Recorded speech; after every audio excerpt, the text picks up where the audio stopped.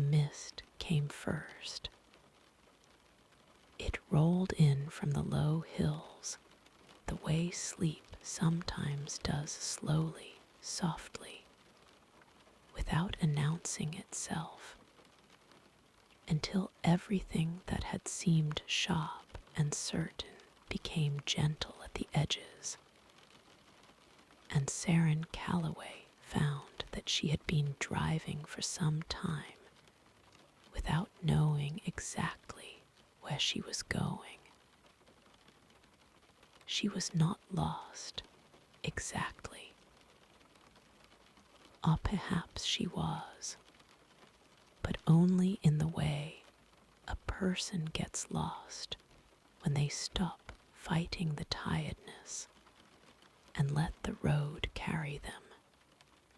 The lane had narrowed gradually over the past hour, the hedgerows climbing higher on either side until her headlights illuminated only a tunnel of silver grey and the pale lane ahead. She had turned off the radio sometime before sunset. She could not remember when. What she remembered was the feeling of the previous months, the long, sleepless ones, stacked behind her like wet pages drying unevenly, warped and heavy. She was a woman who had done everything right for a very long time. The careful lists, the sensible choices, the steady discipline of getting up each morning and making something of the day, even on the days when the something was very small. She was not unhappy. She was simply very, very tired.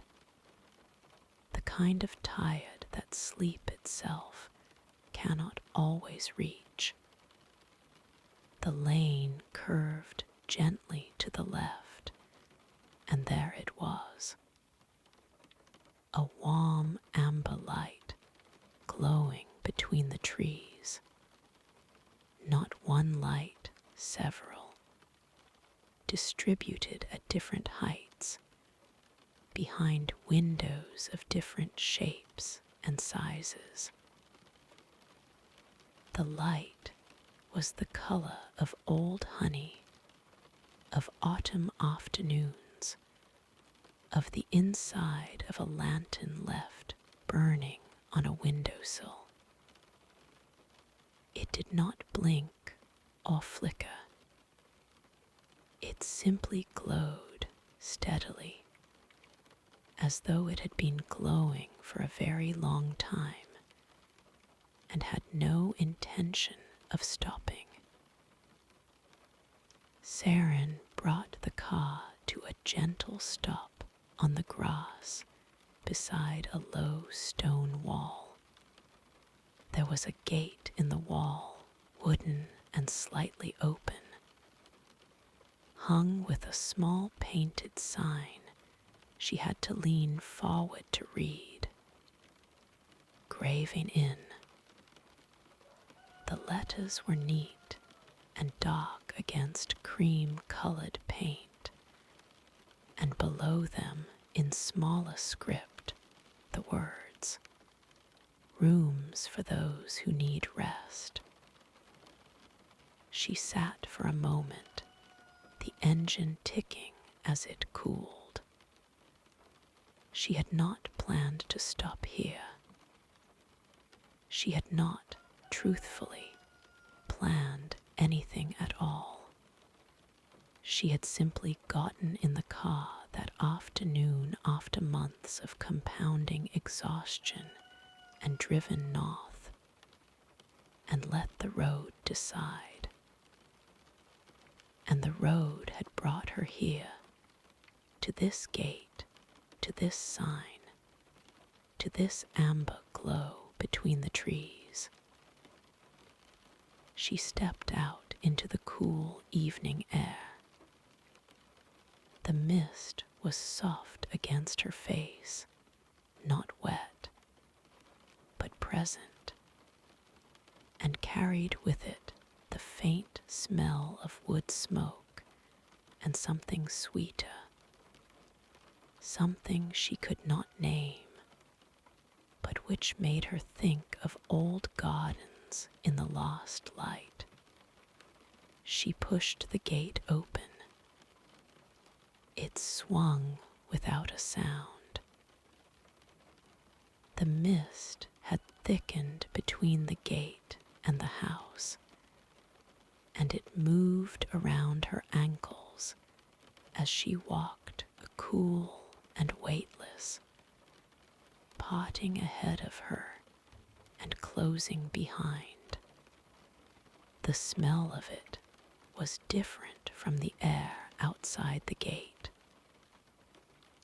more contained, more layered, carrying not only the wood smoke and garden sweetness she had already noticed, but something else underneath those, something she could only describe in the moment of noticing as the smell of somewhere that has been inhabited for a very long time by someone who tends things carefully.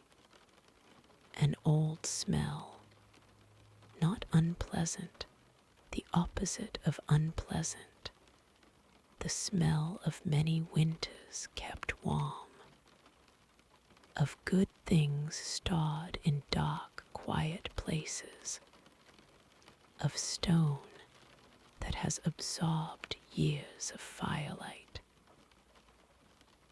She paused on the flagstone path and looked back once at the gate, at the lane beyond it, at the headlights of her car still on in the mist.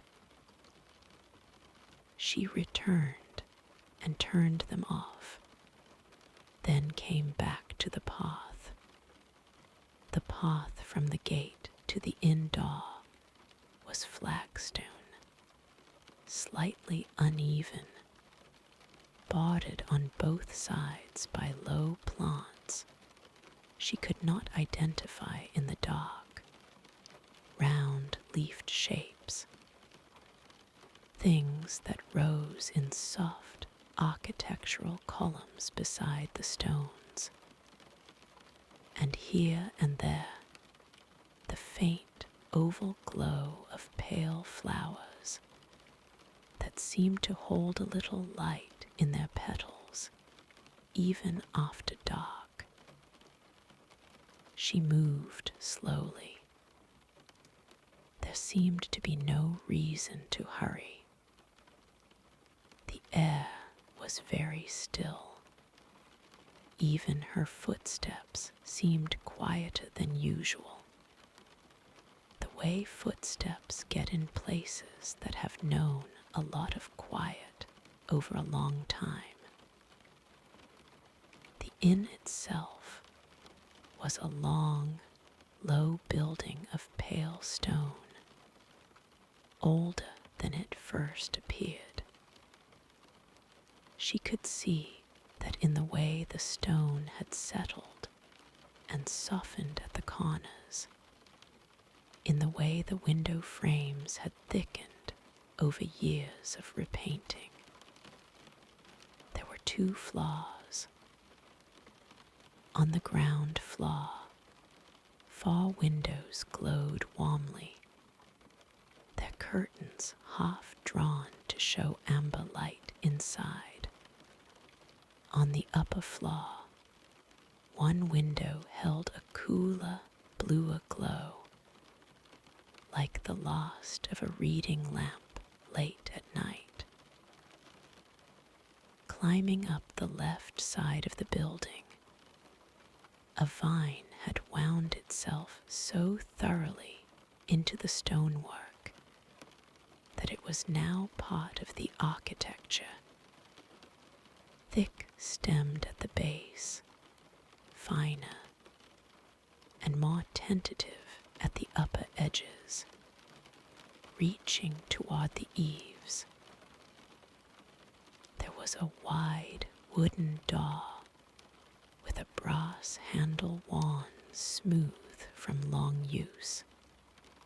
Above it, a small oil lantern hung from an iron hook, swaying faintly in a breeze Seren could not feel. The light from the lantern fell across the threshold in a warm, irregular oval. She knocked. She waited, and the waiting was not difficult.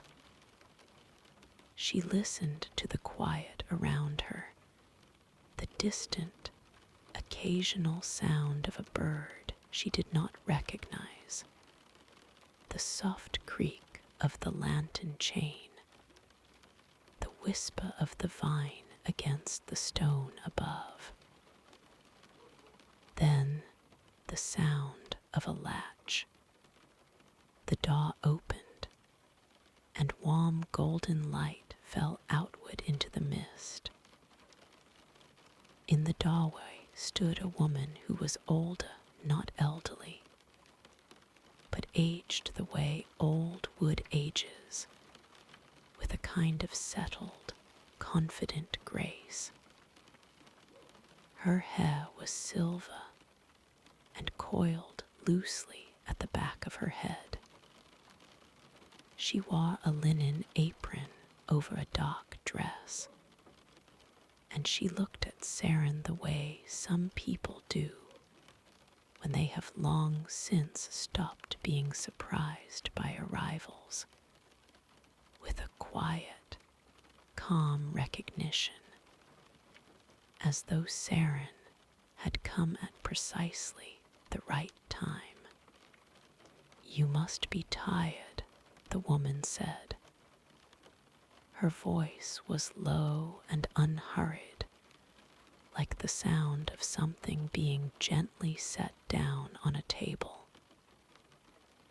Seren had not expected to feel anything in particular, but her eyes filled quickly and quietly with the kind of tears that come not from sadness, but from relief, from being seen simply and clearly, without having to explain. "Yes," she said, "I am." The woman stepped aside to let her in, and the warm amber light fell across Seren's face, and the evening settled quietly behind her. The hallway inside the inn was narrow and warm, lit by a row of small candles in glass holders fixed to the left wall at even intervals. The flames burned steadily. There was no draught, and the light they cast was golden and slightly amber at the edges, the color of things kept safely and for a long time. The floor was wooden, darkened with age, and it made a soft sound under Seren's feet, not a creak exactly, more like a sound of acknowledgement. "I'm Calla," the woman said, taking Seren's coat from her shoulders in the easy, unhurried way of someone who has welcomed people in from the cold for years. "Leave your bag there. I'll bring it up when you've rested a little." The hallway opened on the right into a sitting room a fire burned low in a wide stone fireplace. 2 armchairs faced the fire at a comfortable angle, their cushions wan in the patterns of many evenings' use. A small table between them held a blue ceramic lamp with a warm amber shade, and beside it, a bowl of dried flowers Seren could not identify, round-petaled things, pale cream and faintly silver, which held a delicate, papery scent that drifted gently into the hall. "Come and sit," Calla said, not as a command, but as an offering. Seren sat in the nearest armchair. The cushion yielded gently beneath her, and she felt, quite suddenly, the full weight of the last several hours of driving, and beneath that, the full weight of the last several months of tiredness that had accumulated in her shoulders, and behind her eyes, like sediment at the bottom of still water. The fire settled with a soft sound, like a breath released. Calla moved through the room with no particular urgency. She disappeared briefly through a low door at the far end, and Seren could hear, faintly, the sound of something being pawed, the clink of ceramic against ceramic, a drawer being opened and closed. The sounds were domestic and quiet, and they had a strange, specific effect on Seren.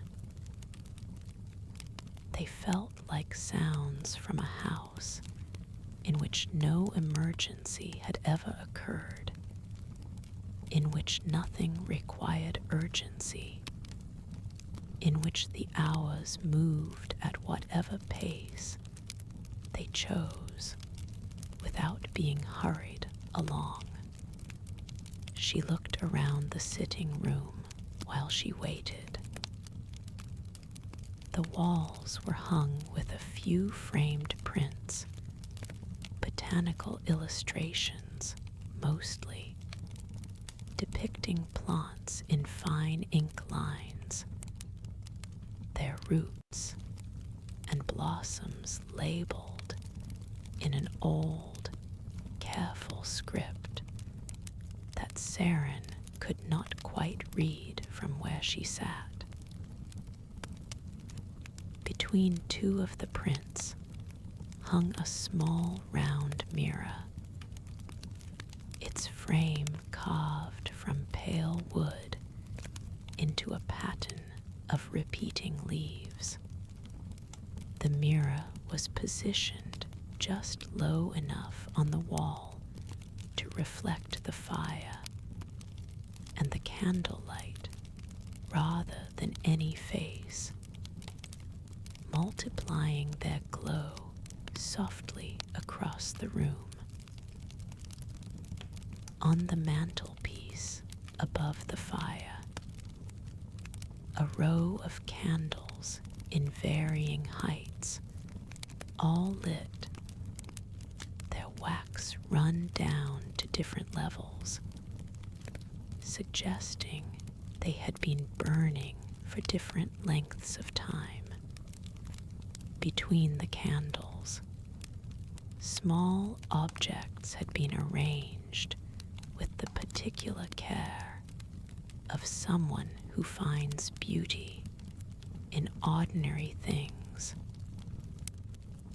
A smooth river, stone the color of pewter, a folded piece of linen, a small ceramic bird with a chip from its beak, a glass bottle with a stopper through which something amber-colored glinted when the firelight moved.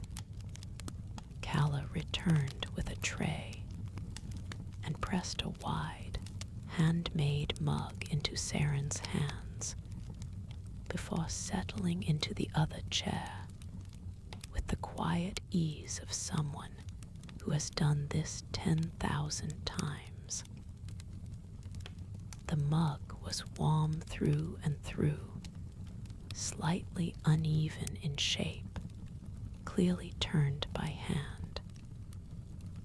The drink inside was golden and faintly sweet, herbed in a way Seren could not fully identify, though she caught chamomile and something earthier and more grounded beneath it.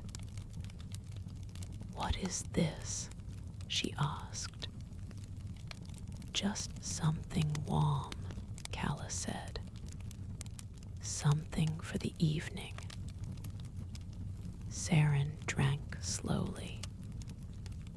The warmth spread from her hands through her arms, and from the first sip down through her chest, and into the place behind her sternum where tension tends to live. She had not realized how cold she had been until she felt herself beginning, very slightly, to thaw. "How long has the inn been here?" she asked, not because she needed to know, but because the question arose naturally in the quiet, the way questions sometimes do when you are no longer struggling against anything. Calla looked at the fire for a moment before answering. "A long time," she said. "Longer than I've been keeping it, and I've been here quite long." She said this without mystery or drama. It was simply a fact, offered gently, like a smooth stone placed into an open palm. They sat in companionable quiet for a while after that.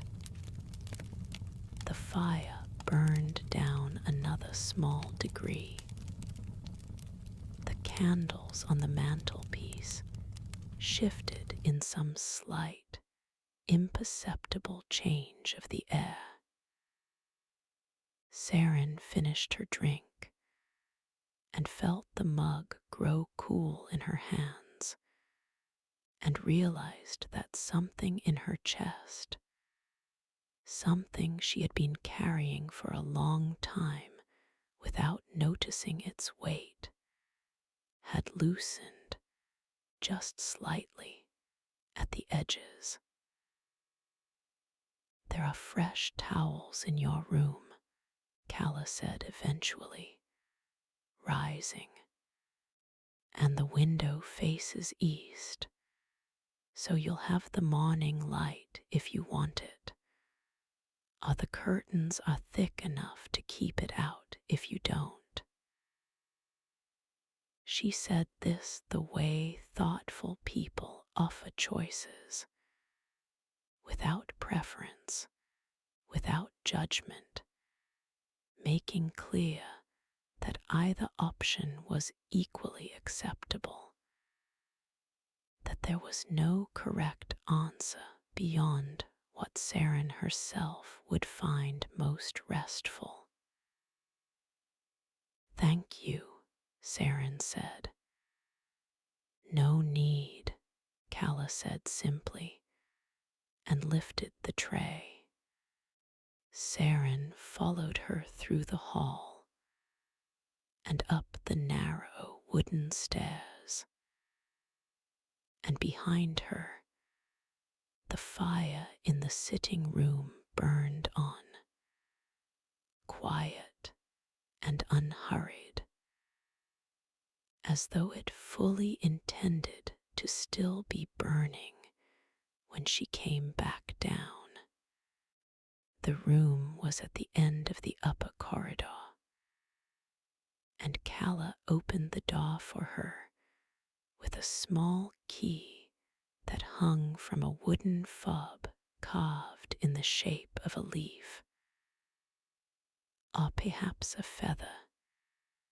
Seren could not quite tell in the soft light of the hallway candles. The door swung inward, and the room that revealed itself was exactly what the rest of the inn had been. Small, warm, deeply quiet, and organized around a singular attention to softness. The bed was positioned against the left wall, wide and high off the floor in the old style, with a frame of pale wood and a quilt folded back to reveal sheets the color of cream. The quilt itself was made from squares of fabric in varying muted shades: faded rose, soft gray, old gold, ivory, worn smooth from many washings, and thick with inner warmth.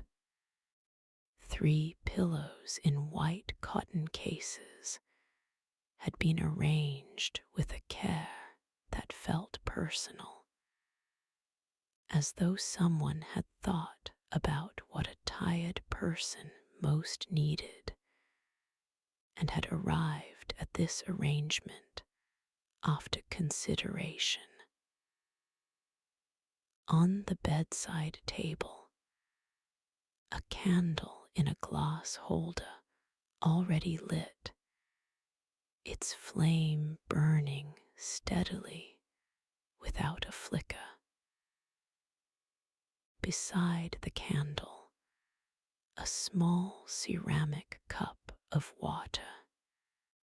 Behind the cup, a slender vase holding a single stem of a plant Seren did not recognize: pale green leaves, a delicate spray of tiny white flowers, and between the flowers, the beginning of small round buds that had not yet opened.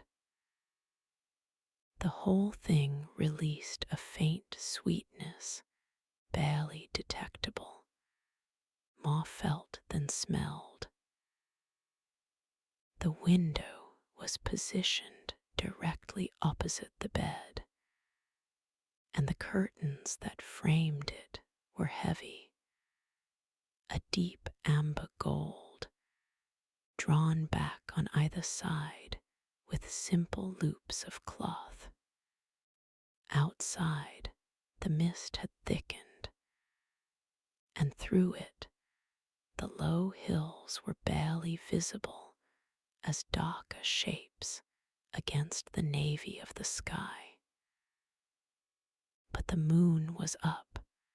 Seren could see the diffused, pearl-gray glow of it behind the mist, and between the moon and the candle in the room, the window glass held 2 kinds of light at once.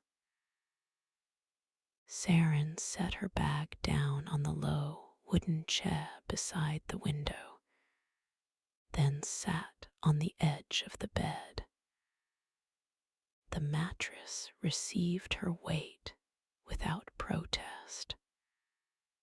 The quilt was within reach. Is there anything else you need? Calla asked from the doorway. Seren thought about this. She thought about all the things she had needed over the past months, the things she had tried to supply herself with, the various strategies and remedies, and deliberate early nights that had helped only partially, and then only for a little while. And she thought about what she needed right now, in this room, in this specific moment. I think I have everything, she said. Calla nodded, and there was something in the nod that suggested she understood more than just the surface of those words. She reached in and drew the door almost closed, leaving it just slightly ajar in the way that some thoughtful places do, acknowledging that a person might, at some point in the night, want to be not entirely enclosed. Seren sat for a while without moving. The candle flame was very still. The room had a quality she had not often encountered, a kind of acoustic softness, as though the walls had absorbed many years of quiet and were returning some of it into the air. She could hear nothing from outside. No wind, no traffic, no distant voices. Only the very faintest suggestion of something that was not quite sound, more the absence of the constant ambient noise she had grown so used to that she had forgotten it was there until now, when it was gone. She went to the window and looked out into the mist and the dark. Somewhere below and to the left, the garden she had walked through earlier lay quiet in the moonlight.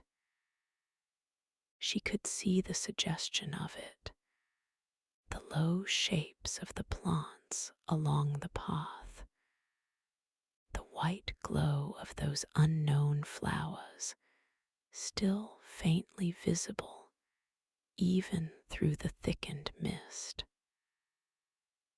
The mist had given them a soft halo effect, each one encircled by its own pale ring of diffused light.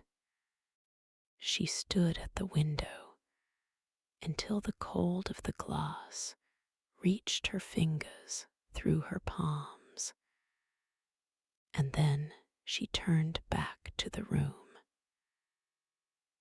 She washed her face in the small basin behind the wooden screen in the corner, and changed into the soft things she had packed.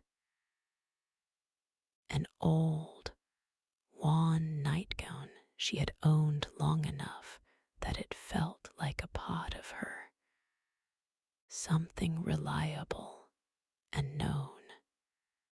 She folded back the quilt and the sheets and got into the bed, and the bed was exactly what it had promised to be, warm, deep, and receiving. She lay on her back for a moment, looking up at the ceiling, which was made of wooden boards painted a very pale cream and crossed by two dark beams. The candlelight moved across these surfaces in a slow, undulant way, and the shadows between the boards shifted with it, gently and without urgency. She had not fallen asleep immediately. That was never the way it went for her. But something was different here. She could feel the difference in the quality of her wakefulness. It was not the alert, anxious wakefulness of home, in which every minute not sleeping felt like a failure. It was something softer, more like resting, more like simply being in the room without needing to do anything about it. She watched the light on the ceiling. The candle burned. The mist moved slowly across the window glass. Below the window, somewhere in the soft black of the garden, something moved once. A small animal, probably, brushing through the low plants with a whisper of leaves, and then was still again. The sound was so brief and so small that Seren registered it not as a disturbance, but as a proof of the general stillness, the way a single note drawn from a string confirms the silence surrounding it. She thought about the sign on the gate, rooms for those who need rest. She turned on her side, facing the window. Through the gap where the curtain had not quite closed, she could see the edge of the moon, still diffused by mist, silver and enormous, and very far away. She watched it for a while, and then she closed her eyes. Seren did sleep, eventually. A shallow, fragmentary sleep of the kind she knew well, full of soft impressions rather than proper dreams. She surfaced from it sometime in the deep hours of the night, not with the sharp alertness of anxiety, but with a simple, neutral wakefulness, her eyes open and the room dark around her, except for the very last of the candle, which had burned down to a small amber bead of light on the surface of its pooled wax. She did not feel distressed. This was already different from the usual nights. At home, waking in the dark hours meant a particular kind of reckoning.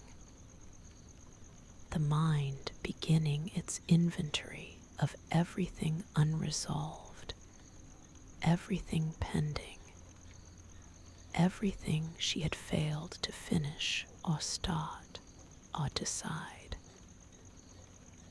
It was an unkind process, and she had never found a reliable way to interrupt it.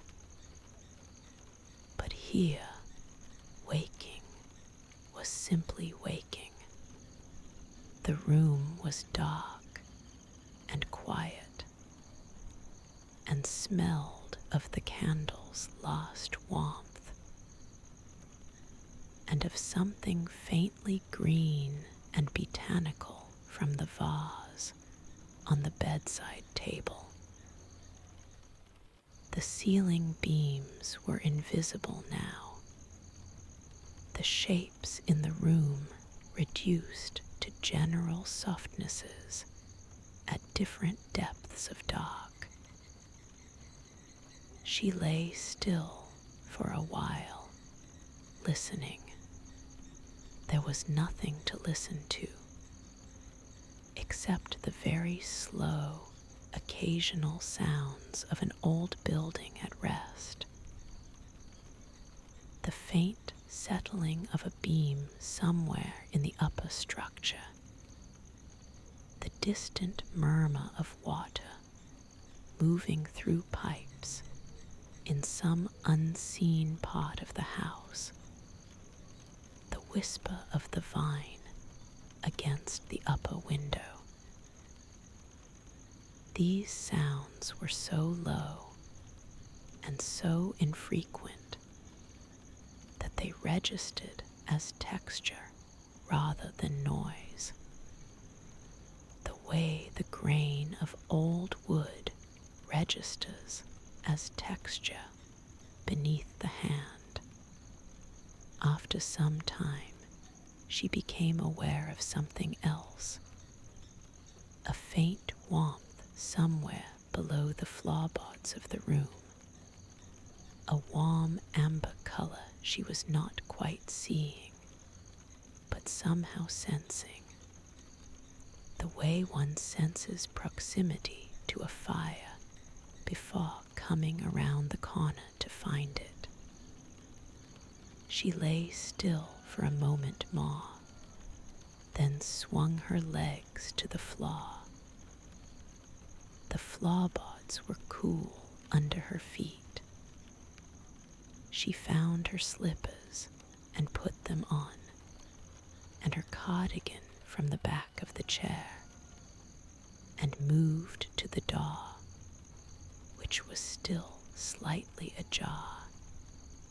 The upper corridor was lit by the same small candles in glass holders, though they had burned down considerably since the evening.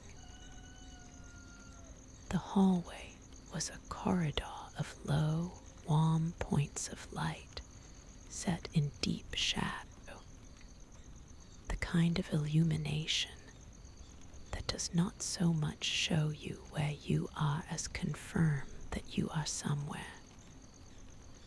She moved along it carefully, trailing her fingers lightly along the wall. At the top of the stairs, she paused. Below, the sitting room was not entirely dark. The fire had burned down to embers, but the embers were still live. She could see their orange-red glow from the top of the stairs, and it was this that she had sensed from her room, a warmth at the edge of perception, a small, persisting light. She went down the stairs and into the sitting room. The embers gave off enough light to see by, just barely. Just enough to read the shapes of the two armchairs.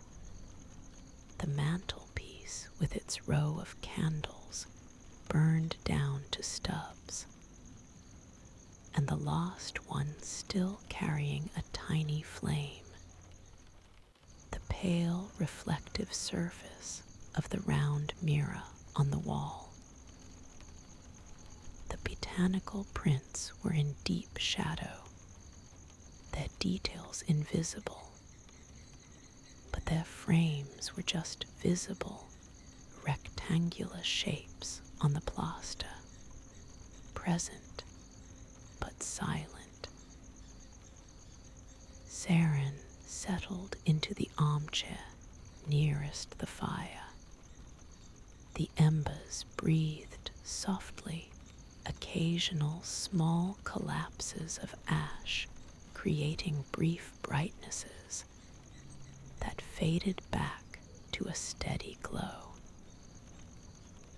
She tucked her feet beneath her, pulled her cardigan tighter and sat in the warm, muted breathing of the room. On the side table between the chairs, which she had not noticed earlier, was a low stack of books. She had not seen them when she and Calla sat here in the evening. But now, in the very low light of the embers and the last candle, she could make them out. 3 or 4 volumes with their spines turned toward the room, their titles unreadable in the dark. And beneath the books, half hidden by them, something larger and flatter, a book or a journal, bound not in printed cloth, but in a darker, slightly textured material that caught the ember light differently from the others. She reached out and picked it up. It was heavier than she expected, not unwieldy, but substantial. The cover was a deep brownish green leather, or something that felt like leather, smooth at the center and slightly worn at the corners, with no title on the front. The spine was marked only with a thin line of gilt that had mostly rubbed away over time, leaving only a ghost of brightness. She set it in her lap and opened the front cover. The first page held only a single sentence, written in ink in a careful and unhurried hand. For those who arrived and were glad to have stayed. Seren looked at those words for a long time. Outside, through the sitting room window, the mist was very slightly thinner than it had been. The outline of the low hills was just barely visible, and above them the moon hung in a sky that had begun to shift from the dense navy of deep night toward the very first suggestion of gray. It was still dark, but not entirely. She turned the page. The first entry in the book was written in a small, even hand, the script of someone who had taken care with it. The ink had faded to a light brown, suggesting considerable age, though the paper beneath it was still firm and good. I came here in autumn, the entry began, when the road out of Calbeth had flooded, and the weather would not improve, and I had been walking for 2 days. I have slept for 18 hours in the room with the east window, and eaten 3 meals, and I believe I am mended. I do not know what the woman who keeps this place puts in the evening drink, but it is not magic, or if it is the kind of magic that is only rest and warmth, and being somewhere no one needs anything from you. I am grateful. I will remember it. The entry had no date and no names signed at the bottom. Only in the right margin A small drawing, a simple flower, 2 petals and a stem, drawn in a few confident strokes, the kind of thing someone draws without thinking while remembering something good. Seren turned the page. The second entry was longer, written in around a hand, the letters full and assured, with small flourishes at the tails. My sister told me about this place. She came 3 winters ago, she wrote, and she says she slept better here than she has slept anywhere since she was a child, and that Calla makes a tea from something in the garden that is not medicinal so much as gentle. The way a good hand on the shoulder is gentle, not doing anything in particular, just being present. I arrived the afternoon before last. My sister was right. I cannot tell you what it is about this place, the quiet or the light, or simply the sense that no urgency can find you here, that whatever waits for you at home is far enough away not to be able to reach you tonight. I will be sorry to leave. I am already planning the return. Seren looked up from the book. The embers had shifted again, a small internal movement, and the room was slightly warmer for it. She thought about the phrase, "Whatever waits for you at home is far enough away not to be able to reach you tonight." She read it again, quietly, inside her head. Then she turned the page. The third entry was brief. I do not need to say much. I was very tired. I am less tired now. The garden is particularly wonderful in early morning when the mist is still in it, before the sun comes fully up. If you wake early, even just to sit at the window, you will see what I mean.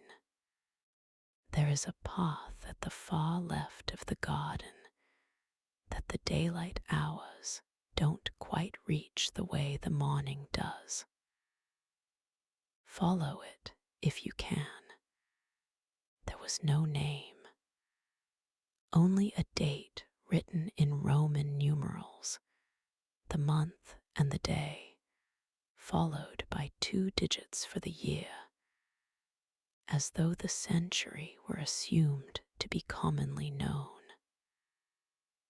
The 4th entry was written in 2 different inks, as though returned to over time, and the handwriting changed partway through. I could not sleep for 3 years. Not properly. Not the kind of sleep that restores you. I had almost stopped believing it was possible. And then I stopped believing that I deserved it, which is a more serious problem and harder to find your way out of. I came here by accident on my way to somewhere else and stayed for 5 nights. And on the 2nd night, I slept for 9 hours and woke in the morning crying from pure relief. And Calla was already in the kitchen with tea and said nothing about it, which was exactly right. I don't know how she knew. I think she always knows. The second ink, slightly darker, appeared below the first in a smaller hand. I came back. 2 years later, in spring this time. I just wanted Calla to know that I still sleep, that it held, that I am well. I don't think she was surprised. Seren stayed very still after reading this entry. The last candle on the mantelpiece had burned out.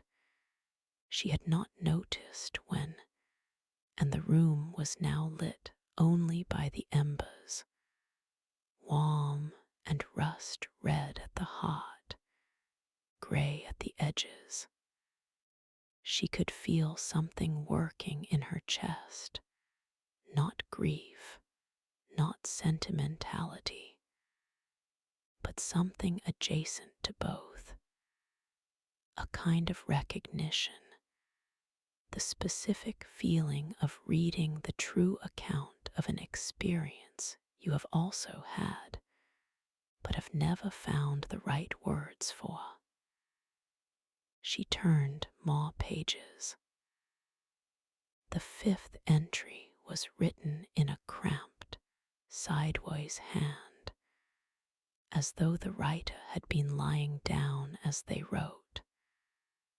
I am a person who fixes things for a living. I am not good at being unfixed, which has been the problem. I have been told that rest is not a reward for completion, that it is not something you earn by finishing everything first, because everything is never finished. I have been told this for years, and I have never believed it. I am starting to believe it here. Maybe it's the water. Maybe it's Calla. Maybe it's those extraordinary plants in the glass house at the back. I went in there yesterday and stayed for an hour and came out having cried without knowing I was going to, which was the best thing that has happened to me this year. It's a good place. Go to the glass house. Seren read this last sentence twice, then turned a few more pages slowly, not reading in depth, only letting the handwriting pass under her eye, the shapes of different people's scripts, the occasional small drawing, the different colors of inks used over however many decades this book had been kept. She did not read them all. She did not need to. She only needed to know they were there. 100 quiet voices, accumulated over a long and unhurried time, all arriving here the way she had, all leaving with something they had not come in with. Outside, the sky had shifted another degree toward dawn. The darkness was less absolute now, more like a room with the curtains drawn. She closed the book gently and held it in her lap. The embers breathed. She had not heard Calla come down the stairs, but at some point, without sound or announcement, The other armchair was no longer empty. Seren looked up from the book. She had opened it again and turned to a page near the middle. And there was Calla, seated in her chair as though she had always been there, wearing a long robe of dark grey wool and holding a mug with both hands, looking not at Seren, but at the remnants of the fire with an expression of mild, thoughtful attention. "I didn't hear you," Seren said. "The stairs are quiet," Calla said, which was not quite an answer, and was also perfectly satisfactory. Seren looked down at the book in her lap. "I hope it's all right. I found it on the table." "It's meant to be found," Calla said simply. "That's why it's there." They sat in companionable quiet for a moment. The embers shifted once, and a small orange light ran briefly along the lower edge of the hearth and faded. "All those people," Seren said, meaning the entries, meaning the 100 quiet voices accumulated over however many years the book had been kept. "Did they all come by accident?"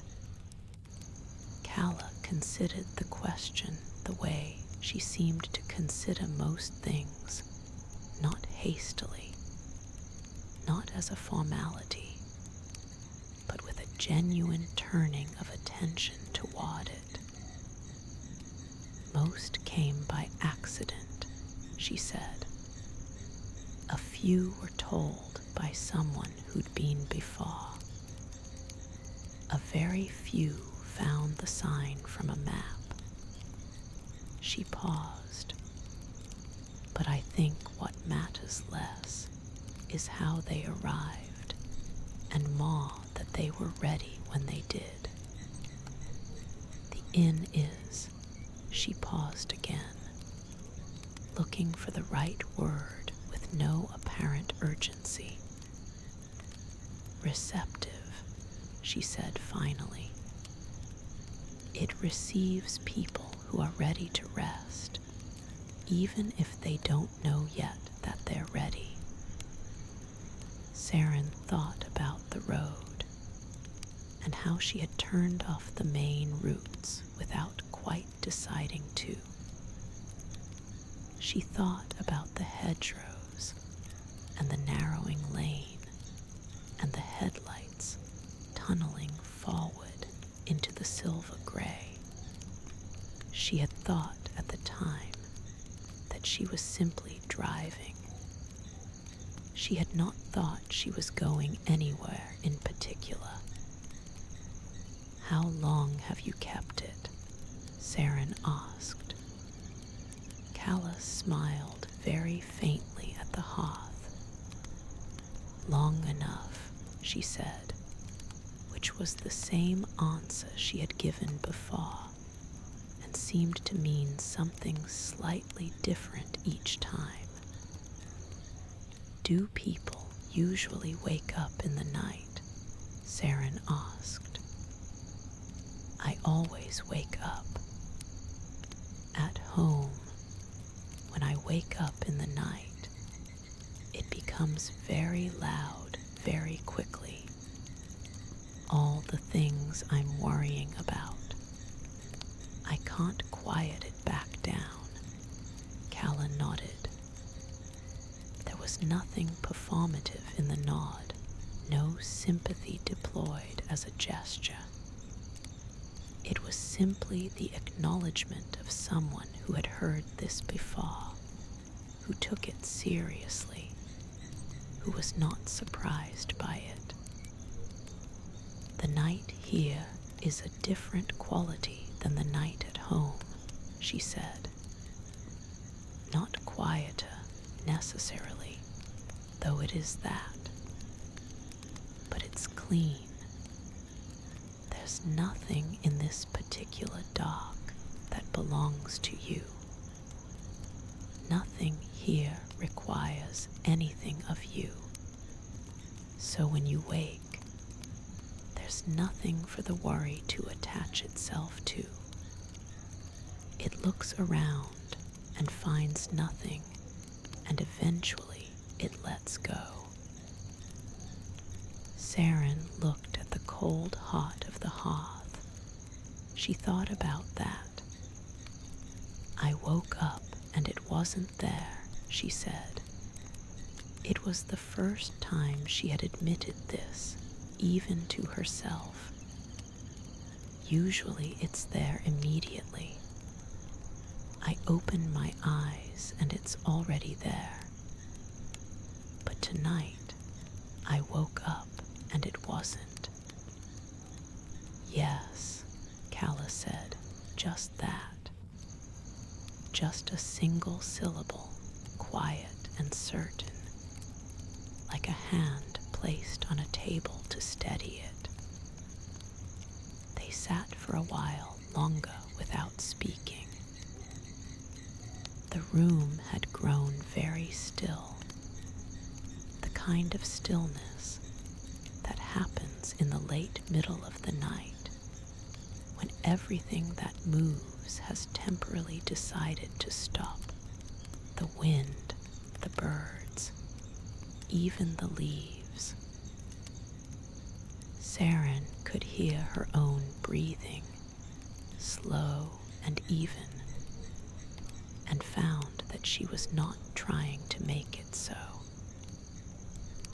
It had simply become that on its own. On the mantelpiece, one of the burned down candles had developed a small ring of wax around its base, circular, very slightly raised, like a collar.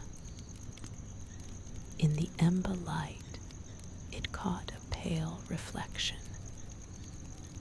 Seren looked at it for some time, watching the faint glow of it shift and settle. The woman who wrote that she stopped believing she deserved sleep, Seren said quietly, without looking away from the candle. I know what she meant. Calla did not answer immediately. She let the words settle the way they needed to. Yes, she said after a moment. Most people who come here do. Seren felt something release in her chest, quietly, without drama. The way a knot loosens when the tension is released from both ends at once. Not gone, not resolved, but loosened, which was something, which was more than she had expected tonight. You should sleep more before the morning, Calla said eventually, setting her mug down on the side table, not as a directive, but as an observation gently made. The garden is best in early light, and early light comes earlier than you might expect here. Seren closed the guest book and set it back on the table. Her fingers rested on its cover for a moment. Thank you, she said. She wasn't sure exactly what she was thanking Calla for: the drink, the room, the sitting here in the dark without asking anything of her. But the word seemed to cover all of it. Calla inclined her head. Sleep well, she said. and somehow the words felt different here than they ever had anywhere else. Not a pleasantry, not a routine closing remark, but something genuinely meant. Seren went back up the stairs, and the room was the same, the quilt and the pillows, the dark window, the spent candle, and she lay down and closed her eyes, and the night was quiet, and she was still. When she woke the second time, it was entirely different. There was no abrupt surfacing, no sudden awareness of wakefulness, only a slow, gradual brightening at the edges of her consciousness, like the sky before a sunrise, when the dark is still fully present, but something beneath it has begun to change.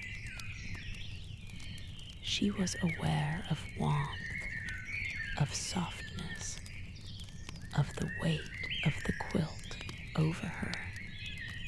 She was aware of her own body lying still, relaxed in the particular way a body can only be when sleep has done its full work. She opened her eyes. The curtains were not quite closed. She had not closed them all the way before sleeping. And through the narrow gap came a light that was entirely unlike anything from the night before. It was thin and pale gray gold, the light of very early morning, and it fell across the wooden floor in a diagonal stripe that ended at the foot of the bed, illuminating a small section of floorboard and the curved toe of one of her slippers. She lay and watched the light for a while. There was a sound outside she had not heard before, soft, unhurried, very slight. The sound of a bird beginning a call and abandoning it before completing it, as though testing the morning air. Then a longer call from further away, woven through the quiet. Then the first bird again, more confident this time, trying a full phrase. She had woken up. She was not anxious. She held this fact carefully, feeling the truth of it the way you test ice with a careful toe before stepping. It was genuine. She was awake in the early hours of a strange morning, in a strange room, in a place she had not planned to be, and there was no alarm in her. There was only the pale diagonal light, and the birds beginning, and the deep bone-level rest that her body had apparently, at last, been given. She lay still for some time. There was nothing urging her to rise, but the memory of the brief entry in the guest book, the one about the garden, the morning mist, the path that early light found differently, had settled somewhere in her mind, and she found herself aware of it. a small, quiet curiosity at the back of an otherwise still morning. Eventually, she got up. She dressed slowly, in the same unhurried atmosphere that seemed to pervade everything in the inn, not lazily, but with care, as though the act of dressing in the morning were itself worth some attention. She splashed her face with cool water from the basin and looked at herself in the small mirror above it. She looked tired still. That kind of tiredness does not resolve in a single night. But there was something different in her face that she could not quite name. A slackness around the eyes. The absence of the particular tension she usually carried there. She looked like someone who had slept. The corridor was quiet. The candles all burned out. The glass holders cool. The early gray-gold light came through a small round window at the corridor's end. She had not noticed it the night before, and fell in a pale circle on the wooden floor. She passed through it on her way to the stairs. The sitting room below was restored from the night's embers. The fire was burning again, low and steady in the hearth, and the room smelled of it, and of the dried flowers on the side table, and of something from the kitchen, bread, or something similar, warm and yeasty, and deeply domestic. The guest book was on the table where she had left it. Through the sitting room's rear window, she could see the garden. She had seen it only in darkness, the suggestion of shapes, the white oval glow of flowers along the path. Now, in the early morning light, it was entirely revealed, and it was larger than she had imagined. The path she had walked ran from the gate through the center of a broad, irregular space in which beds of planting were separated by low stone borders, and climbing things grew up old iron frames, and here and there a young tree stood alone with its branches still sparse with the season's new growth. The mist was still present. She had been right about that lying in shallow drifts between the plants, very soft and low, barely knee-height if she were out there. It gave the garden a quality of suspension, as though it existed slightly apart from the ordinary rules of morning and weather, and the light, the low, horizontal light of sunrise coming from somewhere behind the left hedge, fell through the mist in slanted columns, illuminating it from inside, so that each drift glowed faintly, a moving, luminous amber gold. Seren stood at the window and looked at this for a long time without moving. "It's better from inside it," said Calla's voice from the kitchen doorway. Seren turned.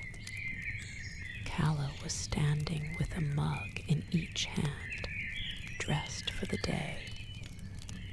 Her silver hair already coiled, looking at the garden with the expression of someone who has seen it many times and found something new in it each time. She pressed a mug into Seren's hands, a different one from the night before, pale yellow, wide and shallow, holding a lighter drink that smelled green and clean, like the first growth of spring pressed into hot water. It tasted of it too, fresh and cool and morning flavored, the opposite of the chamomile warmth she had been given the evening before, as though Calla had chosen it specifically for this hour. "Come and have something warm," she said, "and then go out." Seren drank it at the window, watching the mist shift. Two small birds moved between the garden plants below, landing briefly and lifting again, following some private errand with great seriousness. The light had deepened slightly since she had come downstairs, the pale gold becoming a warmer amber at the low horizon. She finished her mug. She set it on the side table. "I'll be outside," she said. Calla nodded, already moving back toward the kitchen with the easy, unobtrusive grace of someone who does not need to be present for everything. The door at the back of the sitting room opened directly onto the garden, and Seren stepped through it into the cool, glowing morning. The garden received her feet the way the rest of the inn had received all of her, quietly and without ceremony, as though it had been expecting exactly this kind of unhurried visitor. The mist was extraordinary up close. What had seemed from the window like a uniform pale drift was inside the garden, more varied and particular, thicker in the low spots between beds, thinner along the higher sections of the path, and in some places barely there at all, only a suggestion of it around the stems of taller plants, as though they were wearing it like fine clothing. Where the morning light caught it, it glowed that soft amber gold. Where it lay in shadow between the stone borders, it was a clean, cool gray. Seren walked slowly. The plants along the first section of the path were familiar, at least in general kind. Low rosette shapes, she thought, were some variety of sage, their leaves silvery and felted. Something tall and feathery that smelled of anise when she brushed it with her sleeve. bed of what might have been lavender, but with blossoms a deeper purple than she was used to, almost indigo, still tightly closed in the cold of the early morning, but further along, as the path curved gently and the inn fell partly behind a row of taller shrubs, the planting became less familiar. She found herself moving past things she genuinely did not recognize. Plants with large, round leaves of a very dark green, polished and slightly waxy, that turned upward and held small pools of the morning dew in their centers like offerings, past something whose stems were an unexpected pale pink, almost luminous in the low light, branching in precise right angles that seemed too geometric for a living thing, past a bed of very low, very dense planting in which the individual plants were almost indistinguishable from one another. A carpet of something soft and gray-green that released a faint smell when she bent close to it. Not floral, not herbal exactly, but something in between. Something that made her think of sleeping under an open sky. She stopped at this bed and crouched down. The smell was extraordinary. She was not someone who usually noticed smells with great acuity, but this one was specific and particular in a way that made her close her eyes involuntarily. It was the smell of rest itself, if rest could be translated into scent, cool linen, and warm weight, and the specific absence of urgency. She crouched there with her eyes closed and her hands resting lightly on her knees, and the garden was very still around her. When she opened her eyes and stood, she felt a little lighter than she had before. Further along the path, the garden widened. On the left, beyond a low gap in the stone border, she could see that the planting became more deliberately organized. Rows of something taller supported by simple stakes, and beyond those rows, the beginning of another kind of space. A higher hedge, very dense, of something dark and evergreen, running at right angles to the main garden's borders.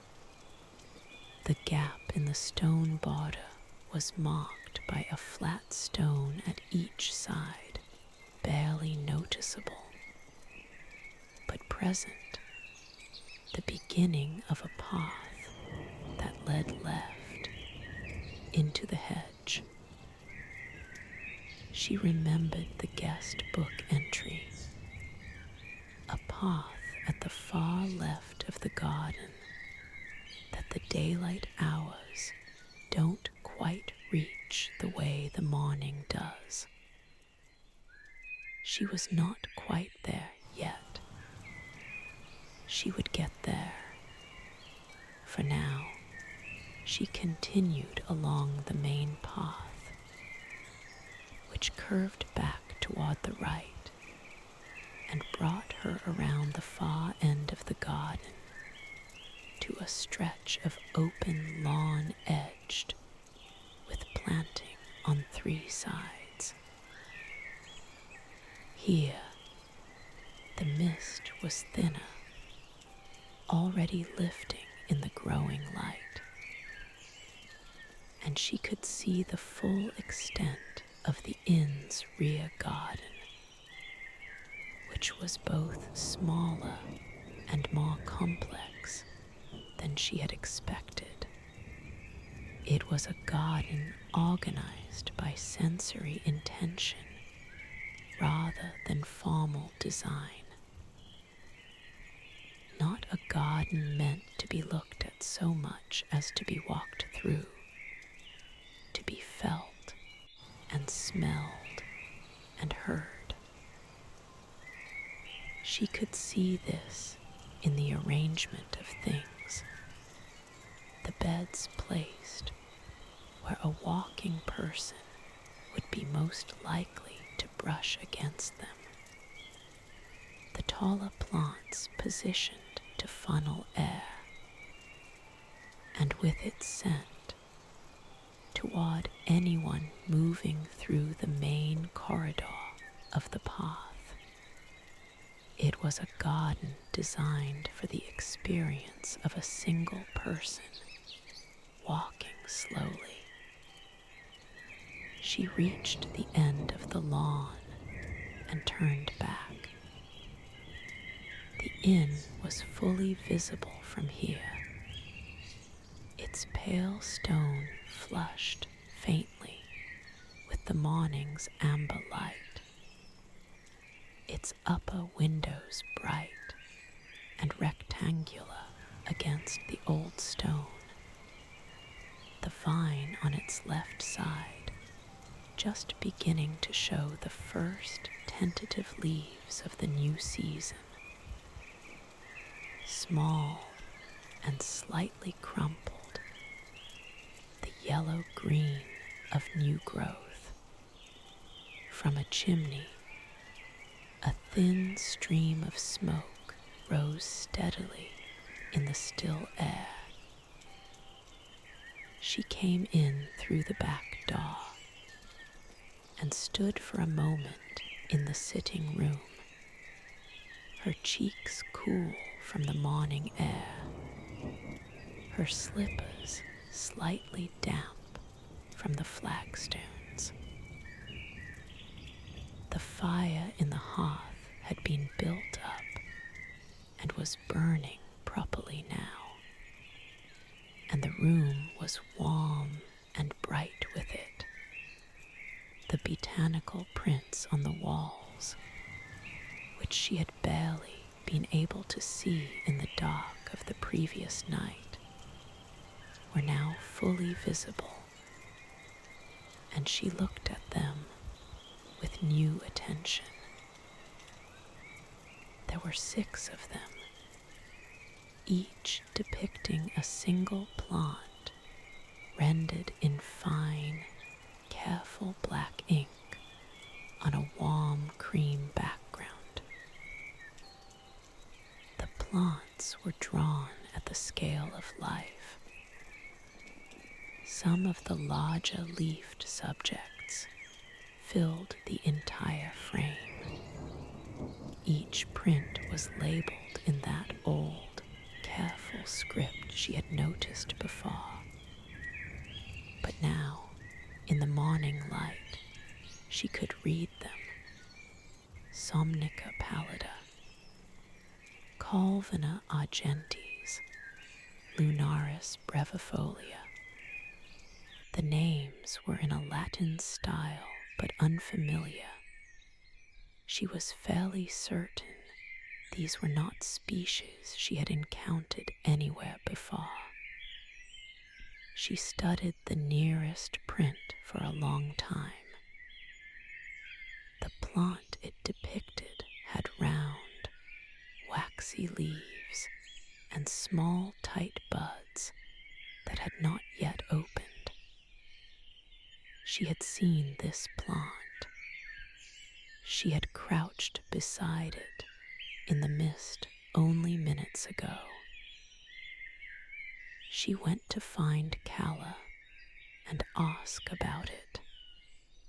The kitchen was small and warm and smelled of bread and of something sweeter and more herbed. Calla was at the stove when Seren came through, moving with the unhurried efficiency of someone who cooks the way they do everything else, without urgency, but also without wasted motion. The prints in the sitting room, Seren said, the plants in them. Are they from the garden? Calla did not turn from the stove. Some of them, she said, the ones with the Latin names in the old style. The others are more common things, the ones you'd recognize. I saw some of them outside just now, Seren said. The round leafed ones with the waxy surface. Somnica pallida, Calla said. She said the name with a natural ease, as though it were ordinary, then carried 2 plates to the small table in the kitchen's corner, a table set with 2 places. Seren noticed, as though she had been expected to come in for breakfast at exactly this moment. The food was warm and simple and very good. Bread, slightly dense and deeply flavored, with butter that tasted of something richer than ordinary cream.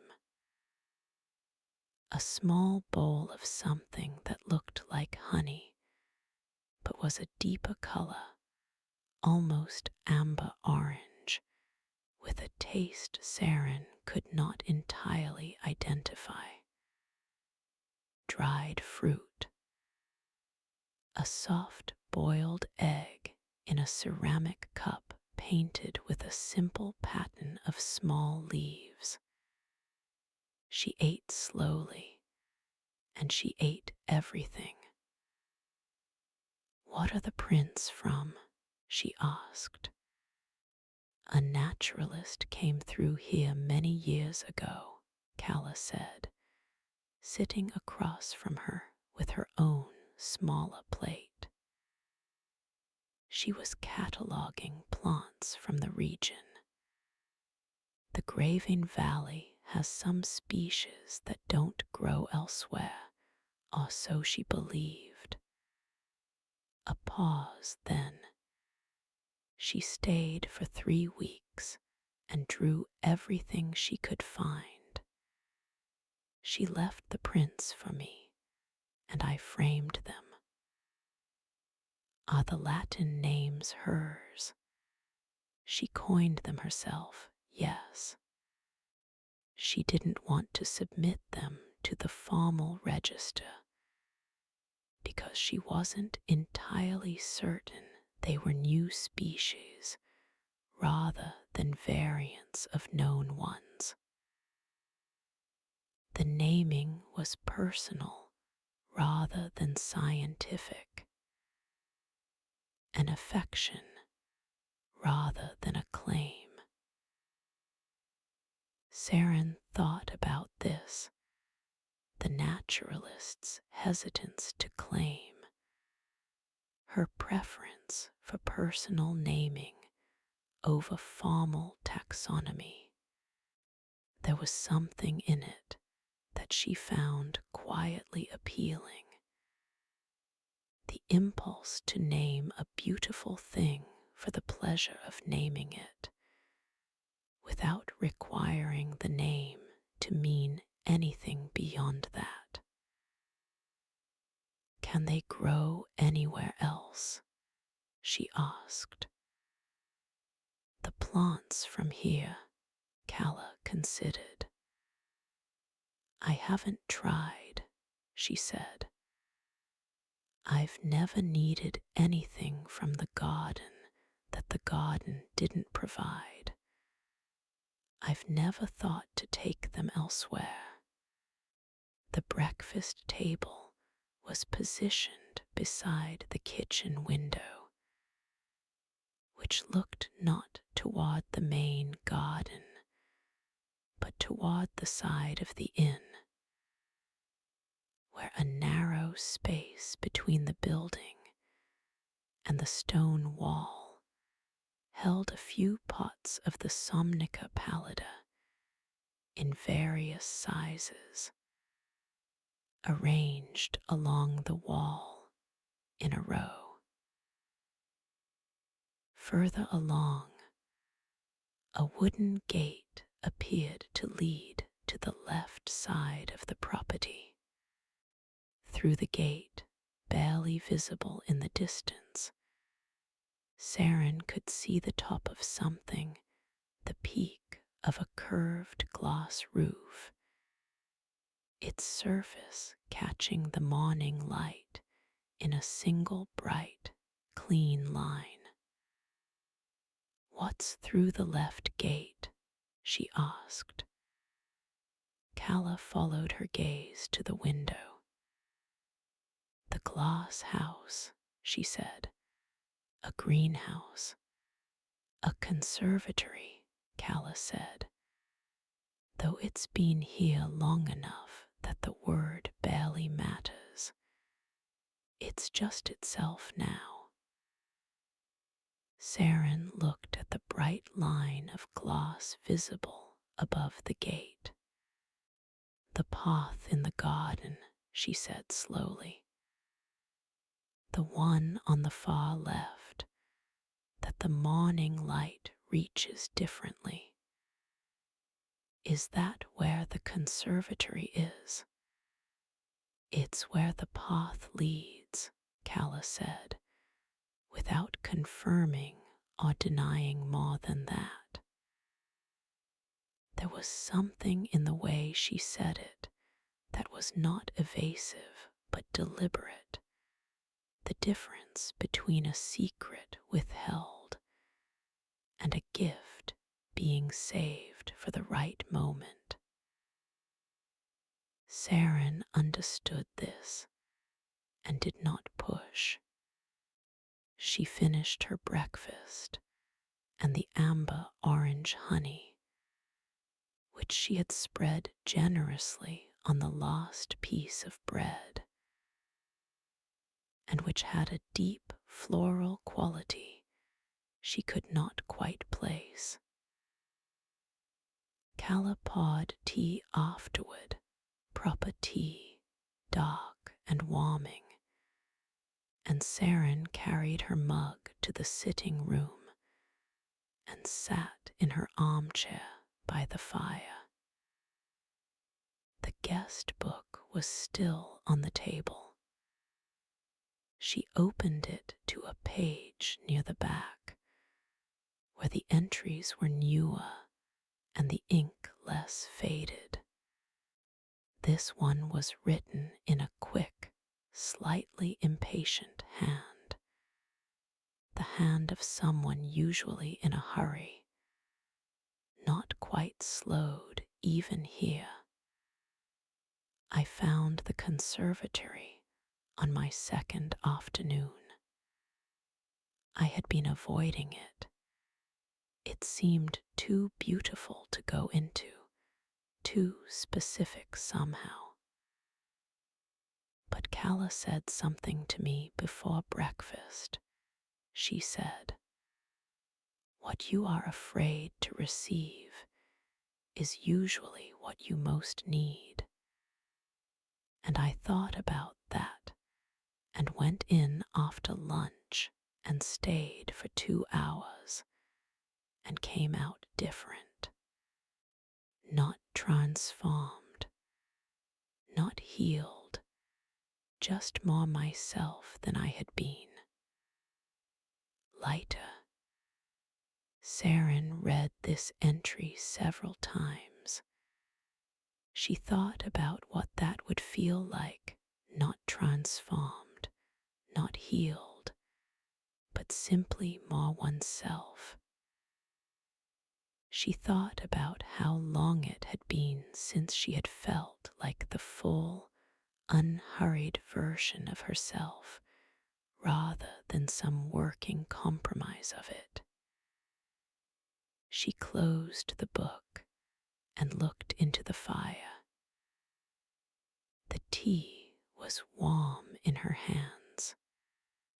The morning light had moved another degree along the sitting room wall, and the room held all its warmth and quiet.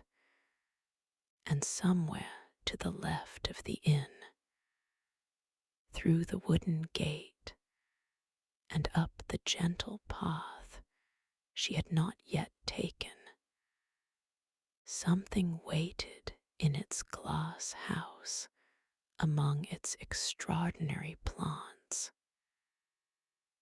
She would finish her tea. Then she would go and find the path. The left-hand path was exactly where the garden entry had suggested it would be. A gap between two stone borders, marked by flat stepping stones, leading through the main garden and continuing through the dense hedge into the section of the property she had not yet entered. Seren found it after walking the main path slowly in its entirety, taking her time. The sun was higher now, past its first horizontal slant, now at perhaps 30 degrees above the horizon, and the mist was almost fully gone, only traces of it remaining in the lowest parts of the garden, around the roots of the densest plants. The morning had arrived in full. The gap in the hedge was just wide enough for one person. The hedge itself was extraordinarily close. She could see that now. A wall of something so densely packed and carefully tended that it was essentially solid. A structure of dark green that rose to perhaps 2.5 meters on either side of the gap. The gap was not marked by any sign or gate. It simply opened. She went through. The section on the other side was different from the main garden in several ways. She registered gradually rather than all at once. The first thing she noticed was the quality of the light. It was fractionally different here, in a way she could not immediately explain. The same sun, the same morning, and yet the light seemed slightly warmer, slightly more golden, as though whatever was filtering it from above or around was adding something to it. Then she noticed the plants. They were the same species she had seen in the botanical prints. She was sure of it now. The polished round leaves of the Somnica pallida, were here in organized beds on either side of the path, larger specimens than she had seen in the main garden, their leaves turned upward and pooling more substantial amounts of the morning dew. The pale pink stemmed, right-angled plants were here as well, and the gray-green carpet that had released that extraordinary smell when she crouched close to it. There were others she had not seen before. A low shrub with very fine silver leaves and no flowers yet, and beside it, growing against the inner face of the hedge, something climbing, with dark stems and leaves shaped like open hands, each leaf a slightly different shade of deep green, as though they were each drawing their color from a slightly different source. The path continued forward, sloping very gently upward, and at the end of it, no more than 30 meters away, stood the conservatory. She stood still and looked at it for some time before moving toward it. It was older than she had imagined from the glimpse of its roof through the kitchen window. The frame was wrought iron, painted black, worked into a pattern of arching ribs that met at the highest point of the curved roof in an intricate join. The glass was old glass.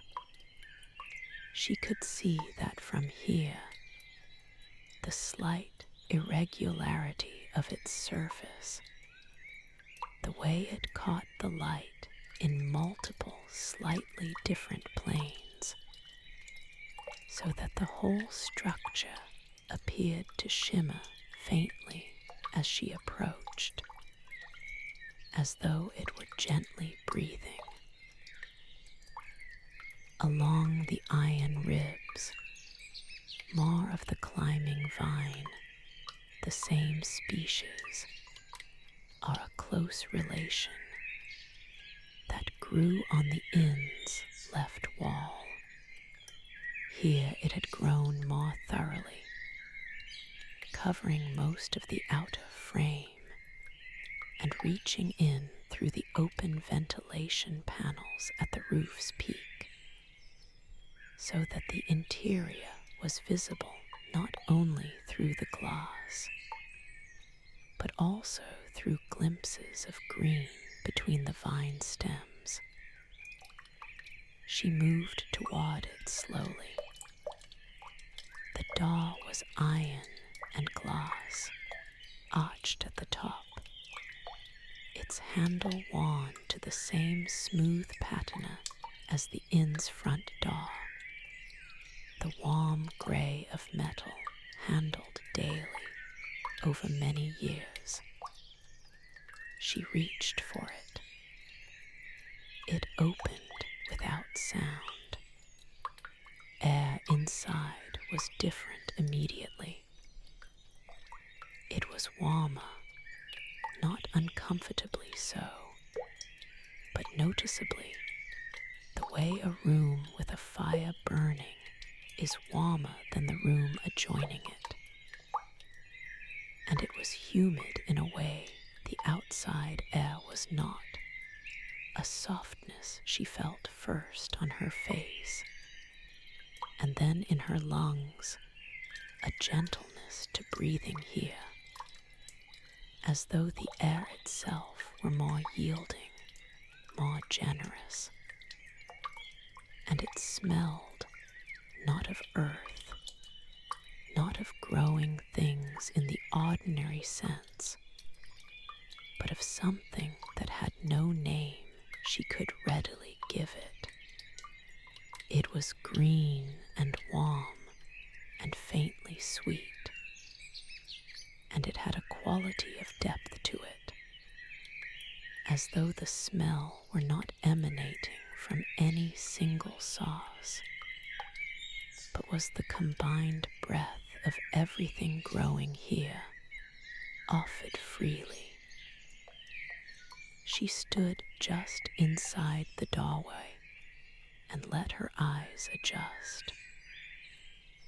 The conservatory was perhaps 20 meters long and 10 wide, narrowing slightly toward the far end, where the curved roof came lower,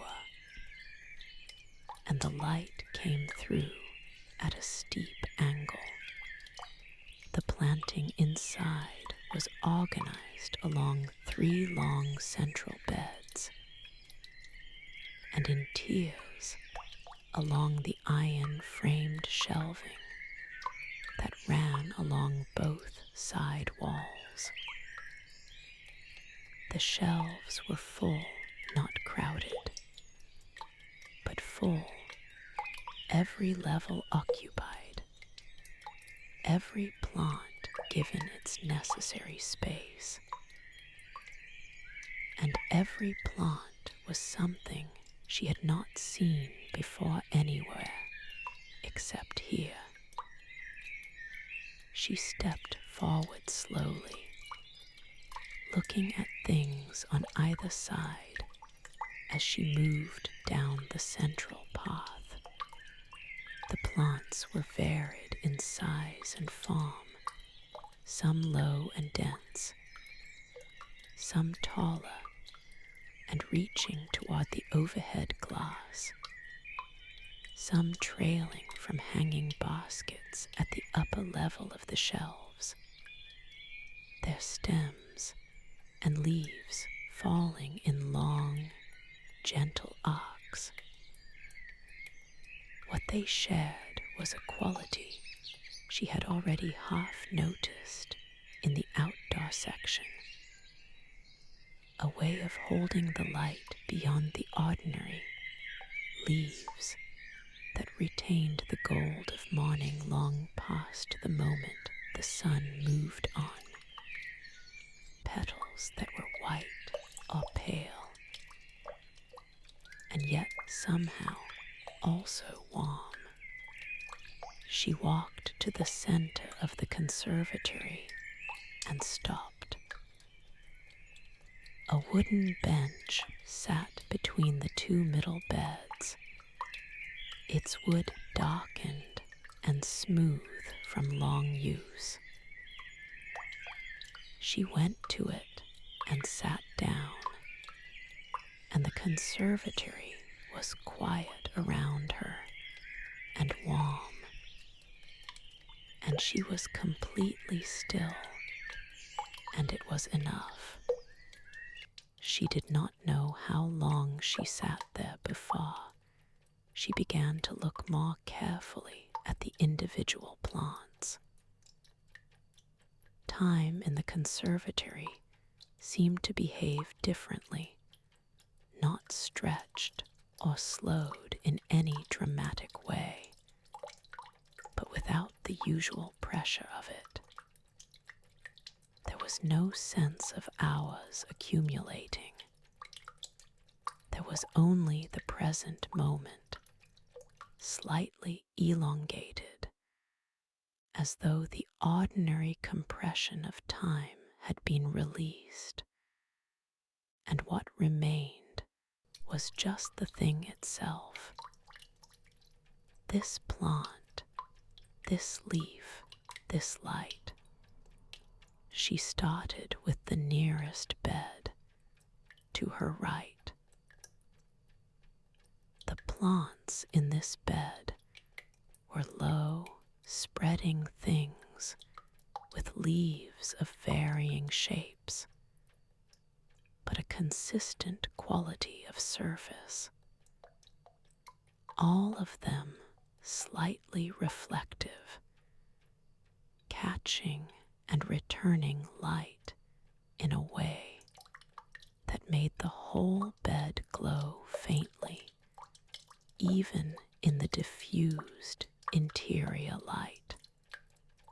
One of them, the nearest, had leaves of an extraordinary deep green, almost black at the centers, and brightening gradually to a warm emerald at the edges, as though the color were moving outward like warmth from a fire.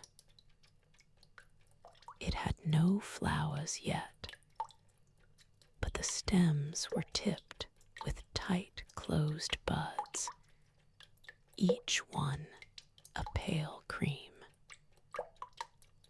She leaned forward to look at the buds more closely. They were shaped differently from any bud she had seen before.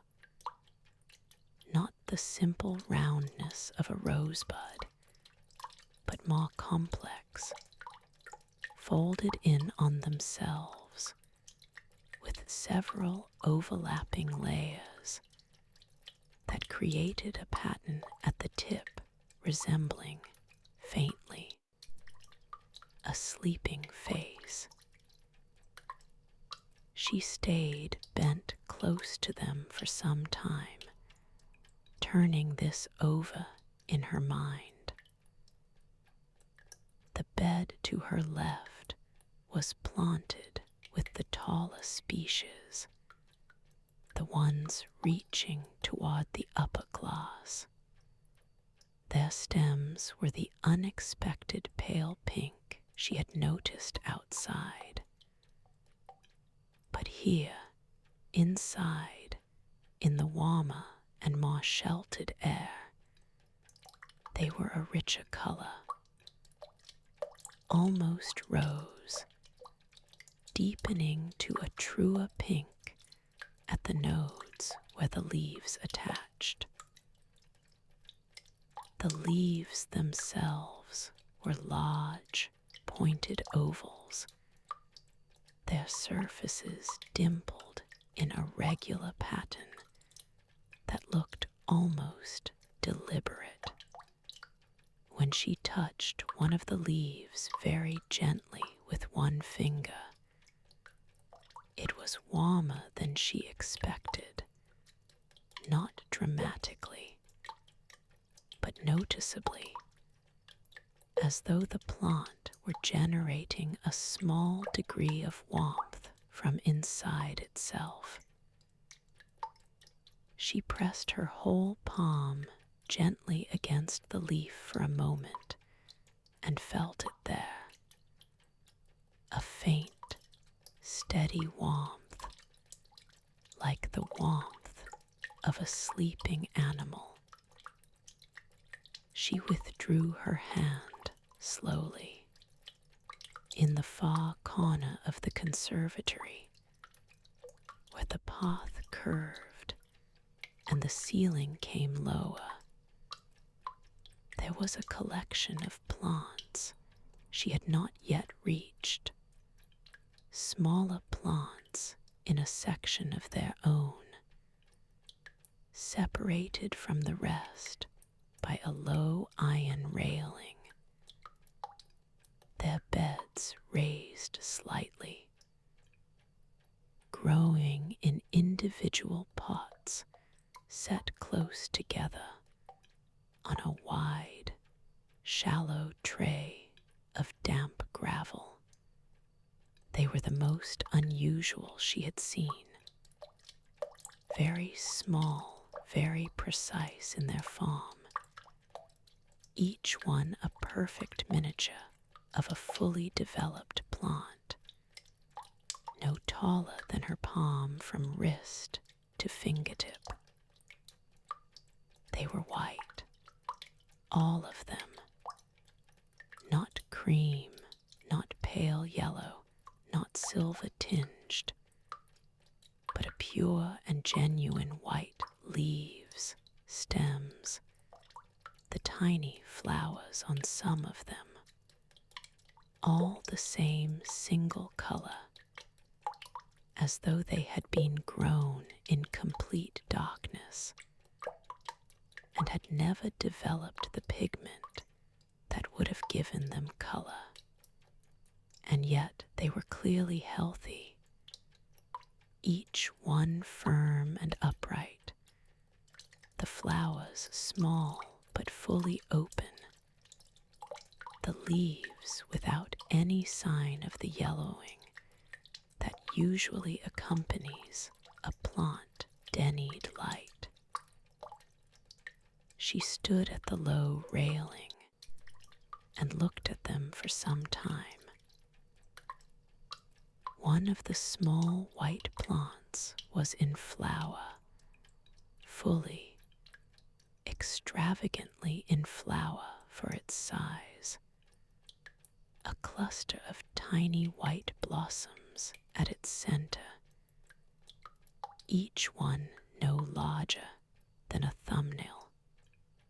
They were fully open, all of them oriented in the same direction, and they were, she was certain of this, oriented toward her.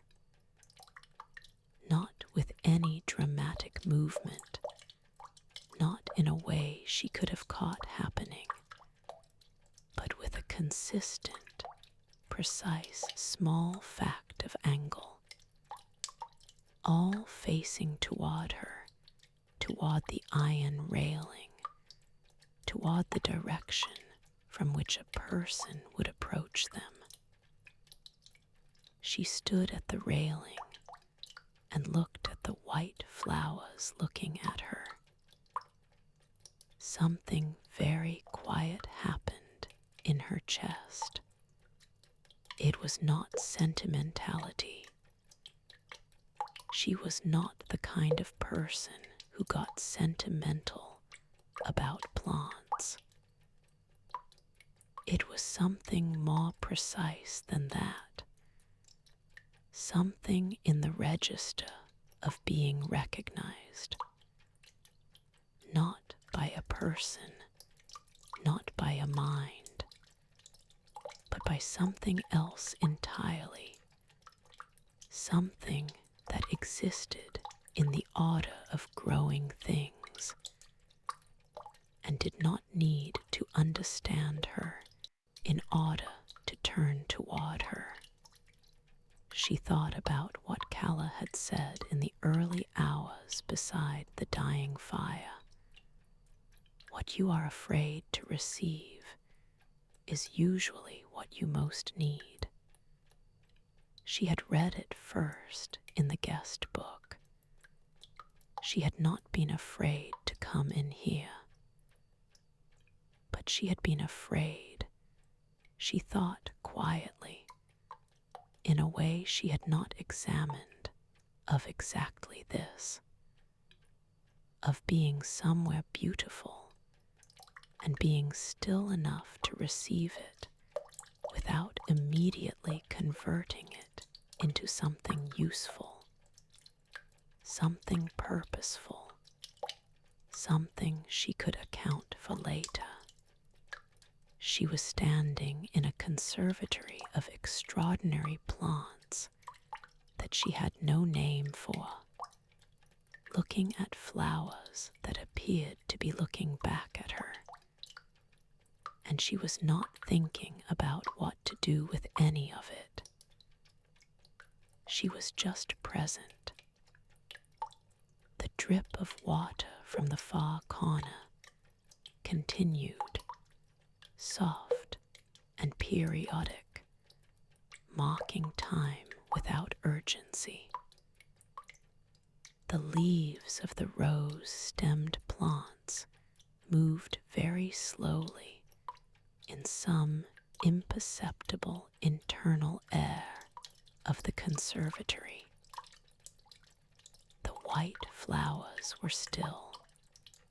She thought about the kind of tiredness that cannot be fixed by sleep alone. kind that comes from spending too much of oneself, too continuously, for too long. The kind that is really a kind of forgetting. Forgetting that you are allowed to be somewhere quietly without earning it.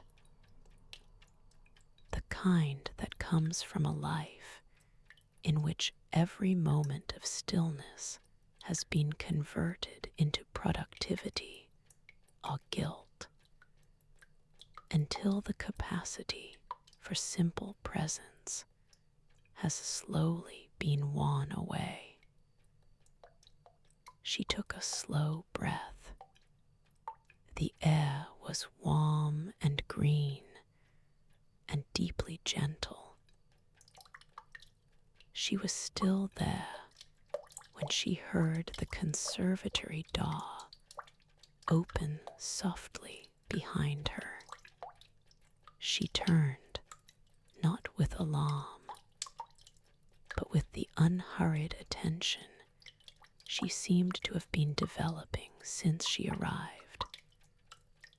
And Calla was there, carrying a small basket over one arm, dressed as she had been at breakfast.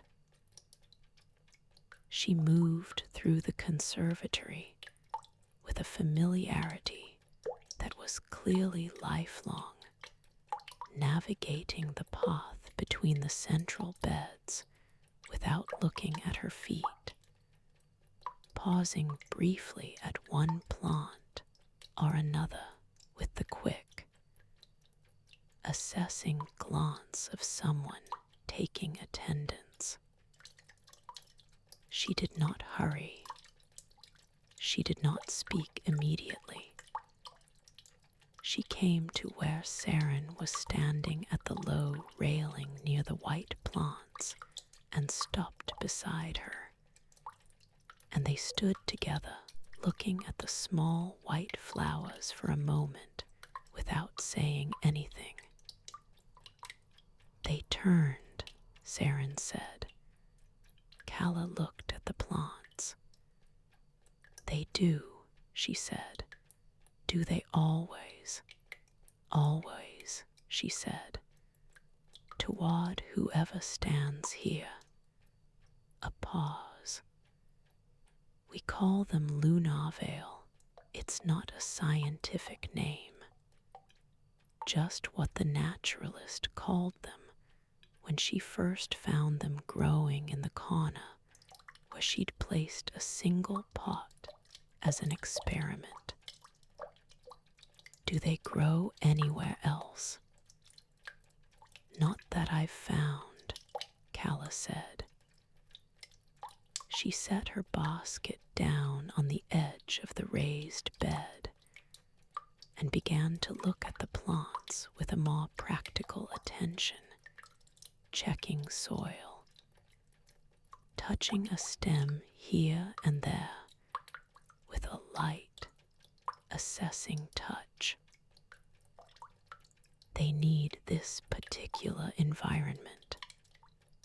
The glass holds a quality of light, and the combination of plants in here creates a particular kind of air.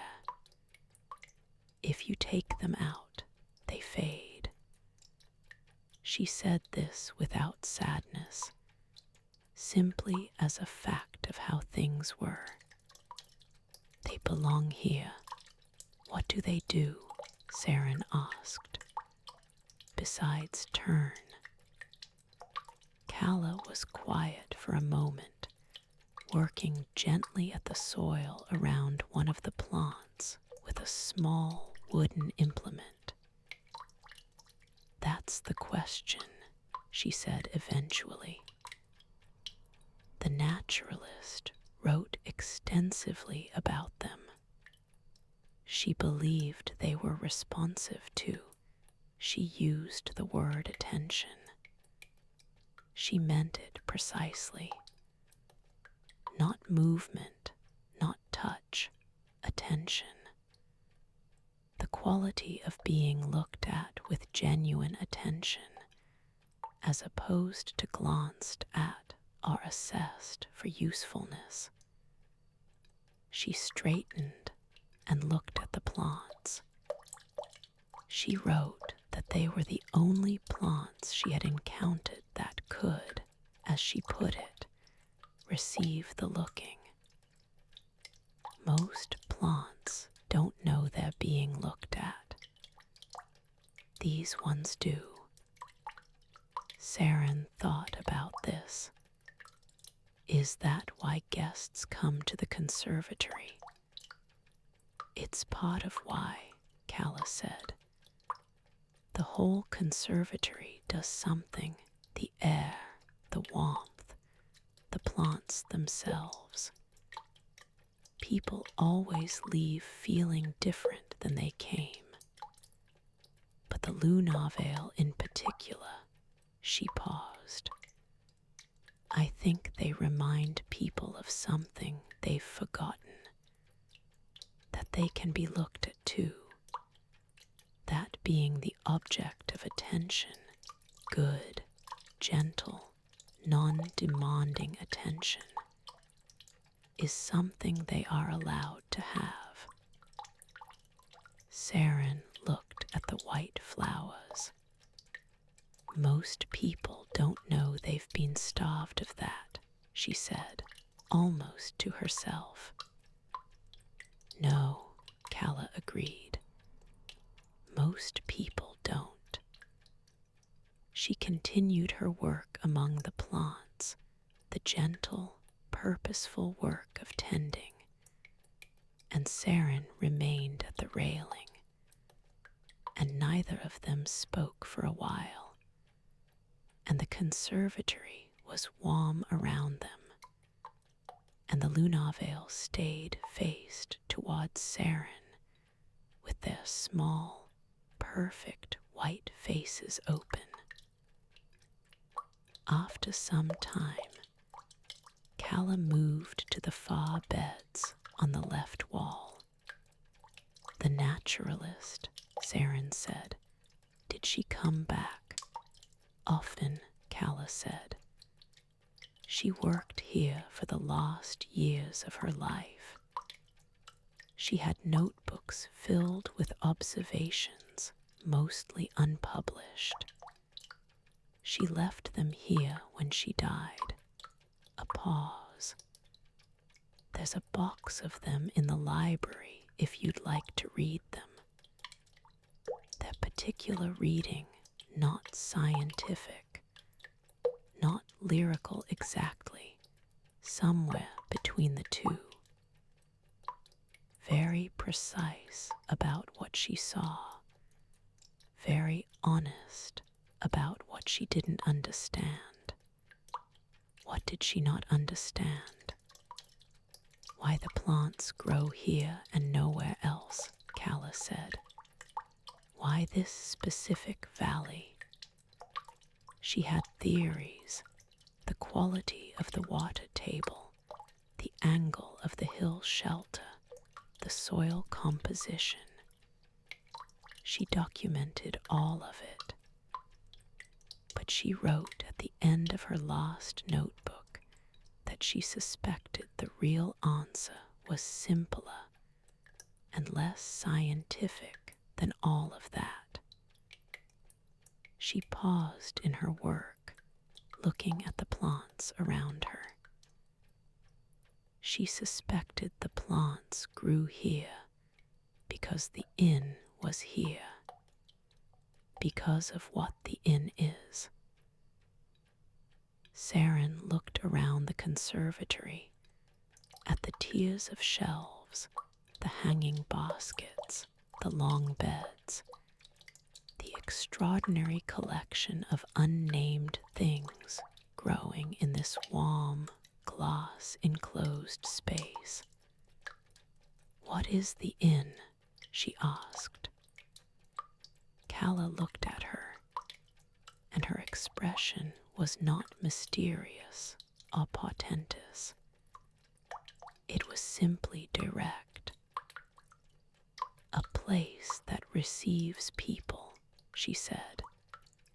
That's all.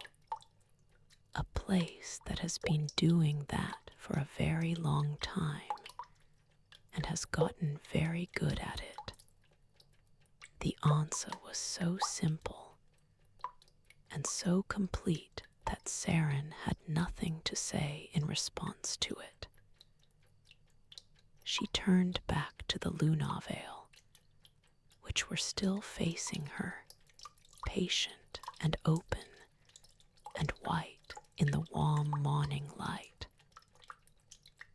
Thank you, she said, meaning the plants, meaning the conservatory, meaning Calla, meaning all of it, and the specific gift of being in it. Calla inclined her head and went on with her tending. The conservatory breathed around them, warm and green and unhurried. The water dripped from the far corner, marking its slow time. Seren stayed until she could feel that she had received what she had come for. And then she stayed a little longer, because there was no reason not to. She turned, not with alarm, but with the unhurried attention she seemed to have been developing since she arrived. And Calla was there, carrying a small basket over one arm, dressed as she had been at breakfast.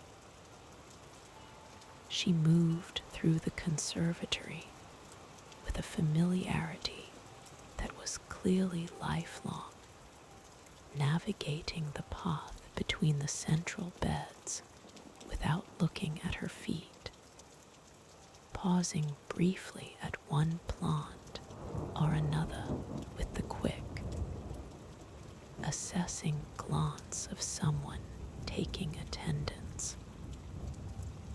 She did not hurry. She did not speak immediately.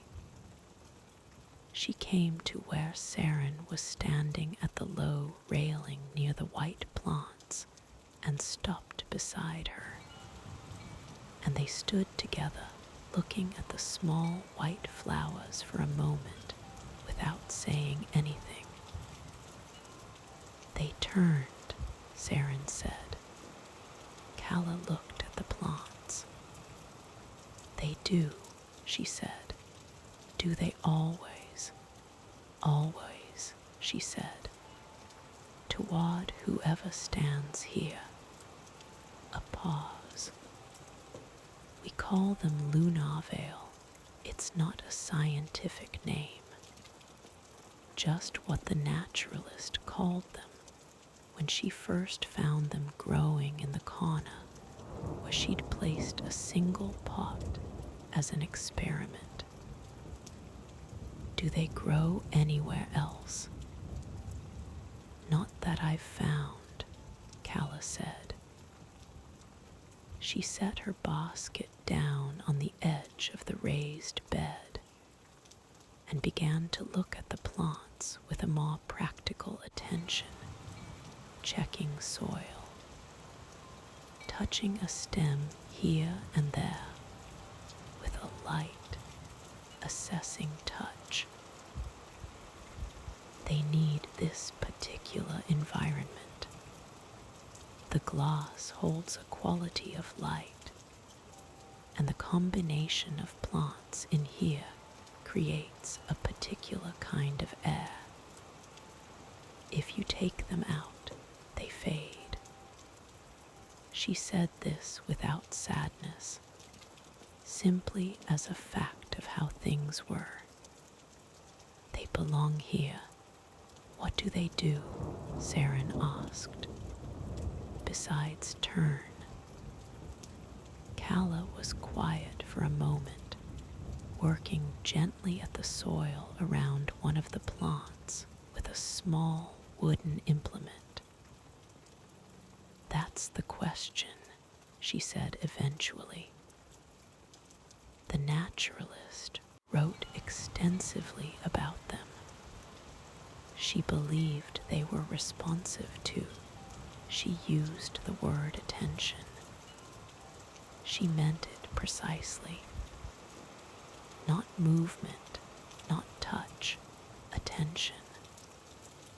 The quality of being looked at with genuine attention, as opposed to glanced at or assessed for usefulness. She straightened and looked at the plants. She wrote that they were the only plants she had encountered that could, as she put it, receive the looking. Most plants don't know they're being looked at. These ones do. Seren thought about this. Is that why guests come to the conservatory? It's part of why, Calla said. The whole conservatory does something. The air, the warmth, the plants themselves. People always leave feeling different than they came. But the lunarveil in particular, she paused. I think they remind people of something they've forgotten. That they can be looked at too. That being the object of attention, good, gentle, non-demanding attention, is something they are allowed to have. Seren looked at the white flowers. Most people don't know they've been starved of that, she said, almost to herself. No, Calla agreed. Most people don't. She continued her work among the plants, the gentle, purposeful work of tending, and Seren remained at the railing, and neither of them spoke for a while, and the conservatory was warm around them, and the lunarveil stayed faced towards Seren, with their small, perfect white faces open. After some time, Calla moved to the far beds on the left wall. The Naturalist, Seren said. Did she come back? Often, Calla said. She worked here for the last years of her life. She had notebooks filled with observations, mostly unpublished. She left them here when she died. A pause. There's a box of them in the library if you'd like to read them. They're particular reading, not scientific, not lyrical exactly, somewhere between the two. Very precise about what she saw, very honest about what she didn't understand. What did she not understand? Why the plants grow here and nowhere else, Calla said. Why this specific valley? She had theories, the quality of the water table, the angle of the hill shelter, the soil composition. She documented all of it. But she wrote at the end of her last notebook that she suspected the real answer was simpler and less scientific than all of that. She paused in her work, looking at the plants around her. She suspected the plants grew here because the inn was here, because of what the inn is.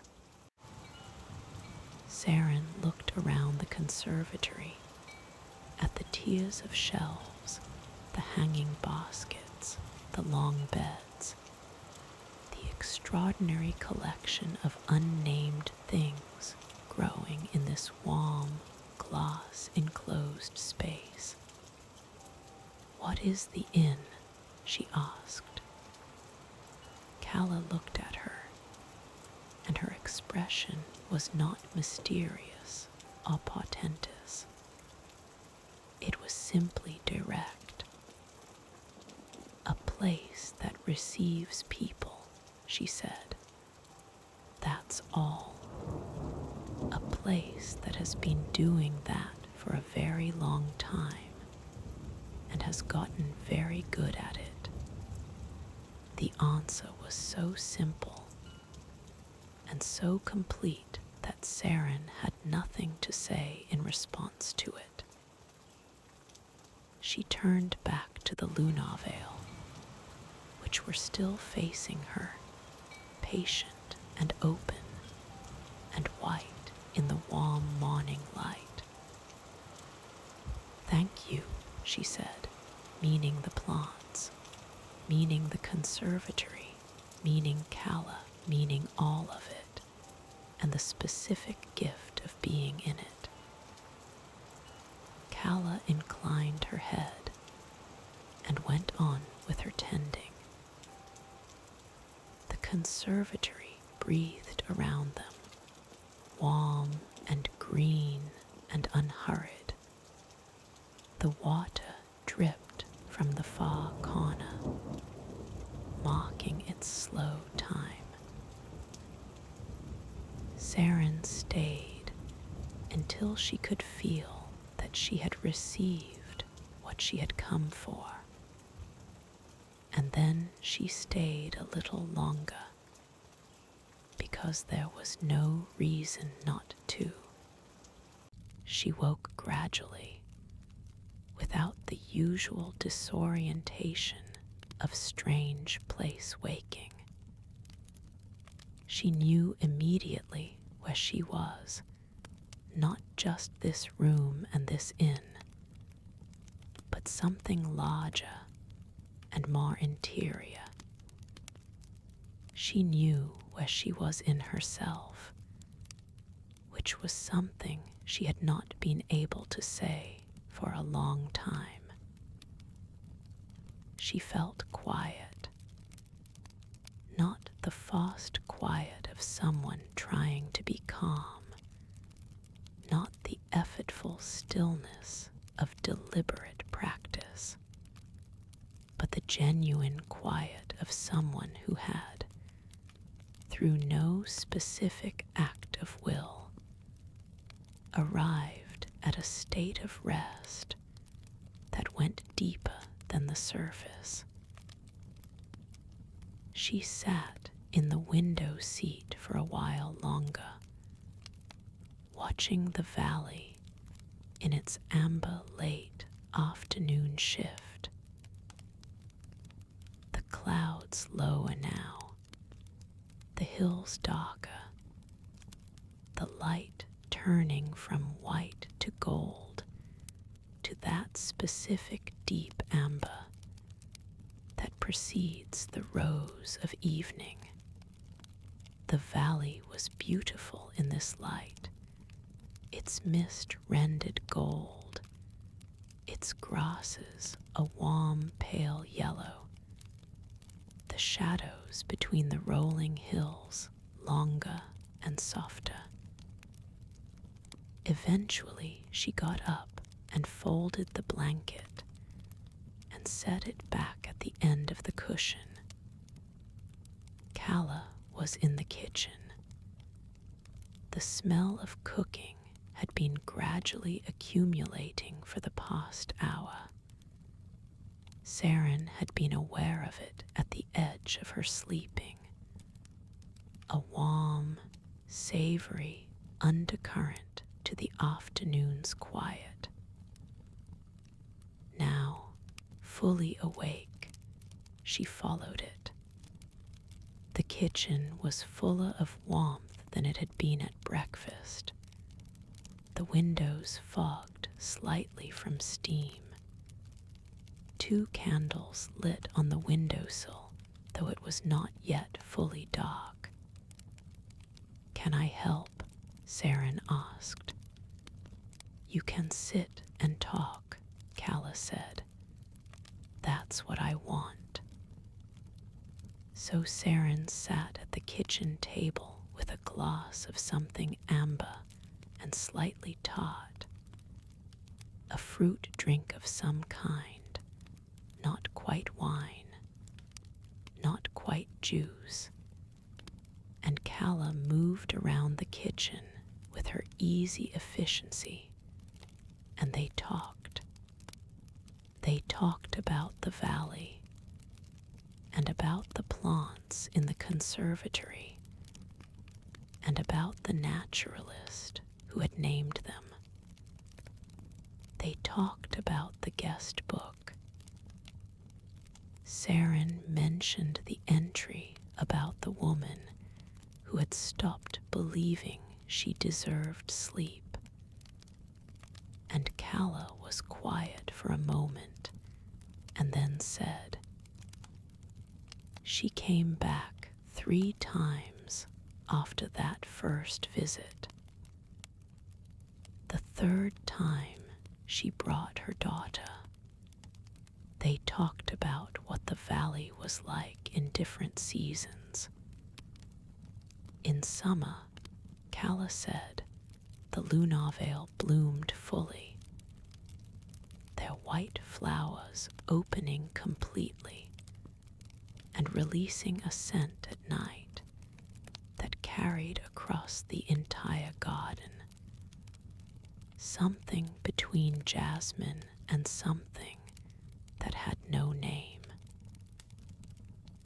In winter, the conservatory was the warmest room in the inn, and guests often chose to take their tea there rather than by the sitting room fire. They talked easily and unhurriedly, in the way that conversation becomes when it is freed from the obligation to arrive anywhere in particular. Neither of them was building towards something. They were simply speaking and listening, and the evening gathered around them at the kitchen windows, and the candles burned, and the food cooked, and the conversation moved like the valley's afternoon clouds, slowly, without urgency, covering its ground without rushing. Dinner was at the small table again, and it was very good. A warm, thick stew of something savory and herbed with bread for dipping. A small dish of roasted root vegetables in a glaze that tasted of the amber orange honey from breakfast. And afterward a dessert that was simple and not too sweet.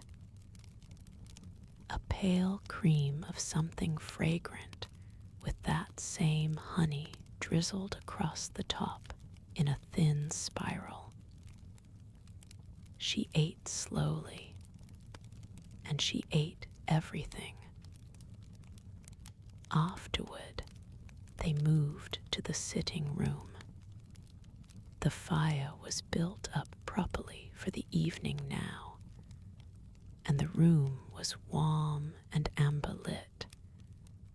The candles on the mantelpiece freshly lit, the botanical prints on the walls glowing warmly in the combined light of fire and candle. The guest book was still on the side table. Do people write in it before they leave, or while they're here? Seren asked. Both, Calla said. Some write while they're still in it, while what they're feeling is very present, and they want to catch it before it fades. Some write on their lost morning. Some send letters afterward, and I add them in. She paused. A very few people never write anything, and that's fine too.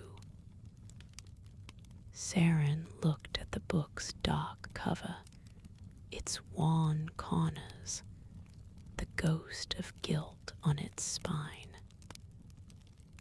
I think I'd like to write something, she said. There's a pen in the drawer, Calla said, and then was quiet and looked into the fire. Seren reached into the side table drawer and found a pen, an old-fashioned one, heavier than modern ballpoints. A small glass bottle of ink beside it.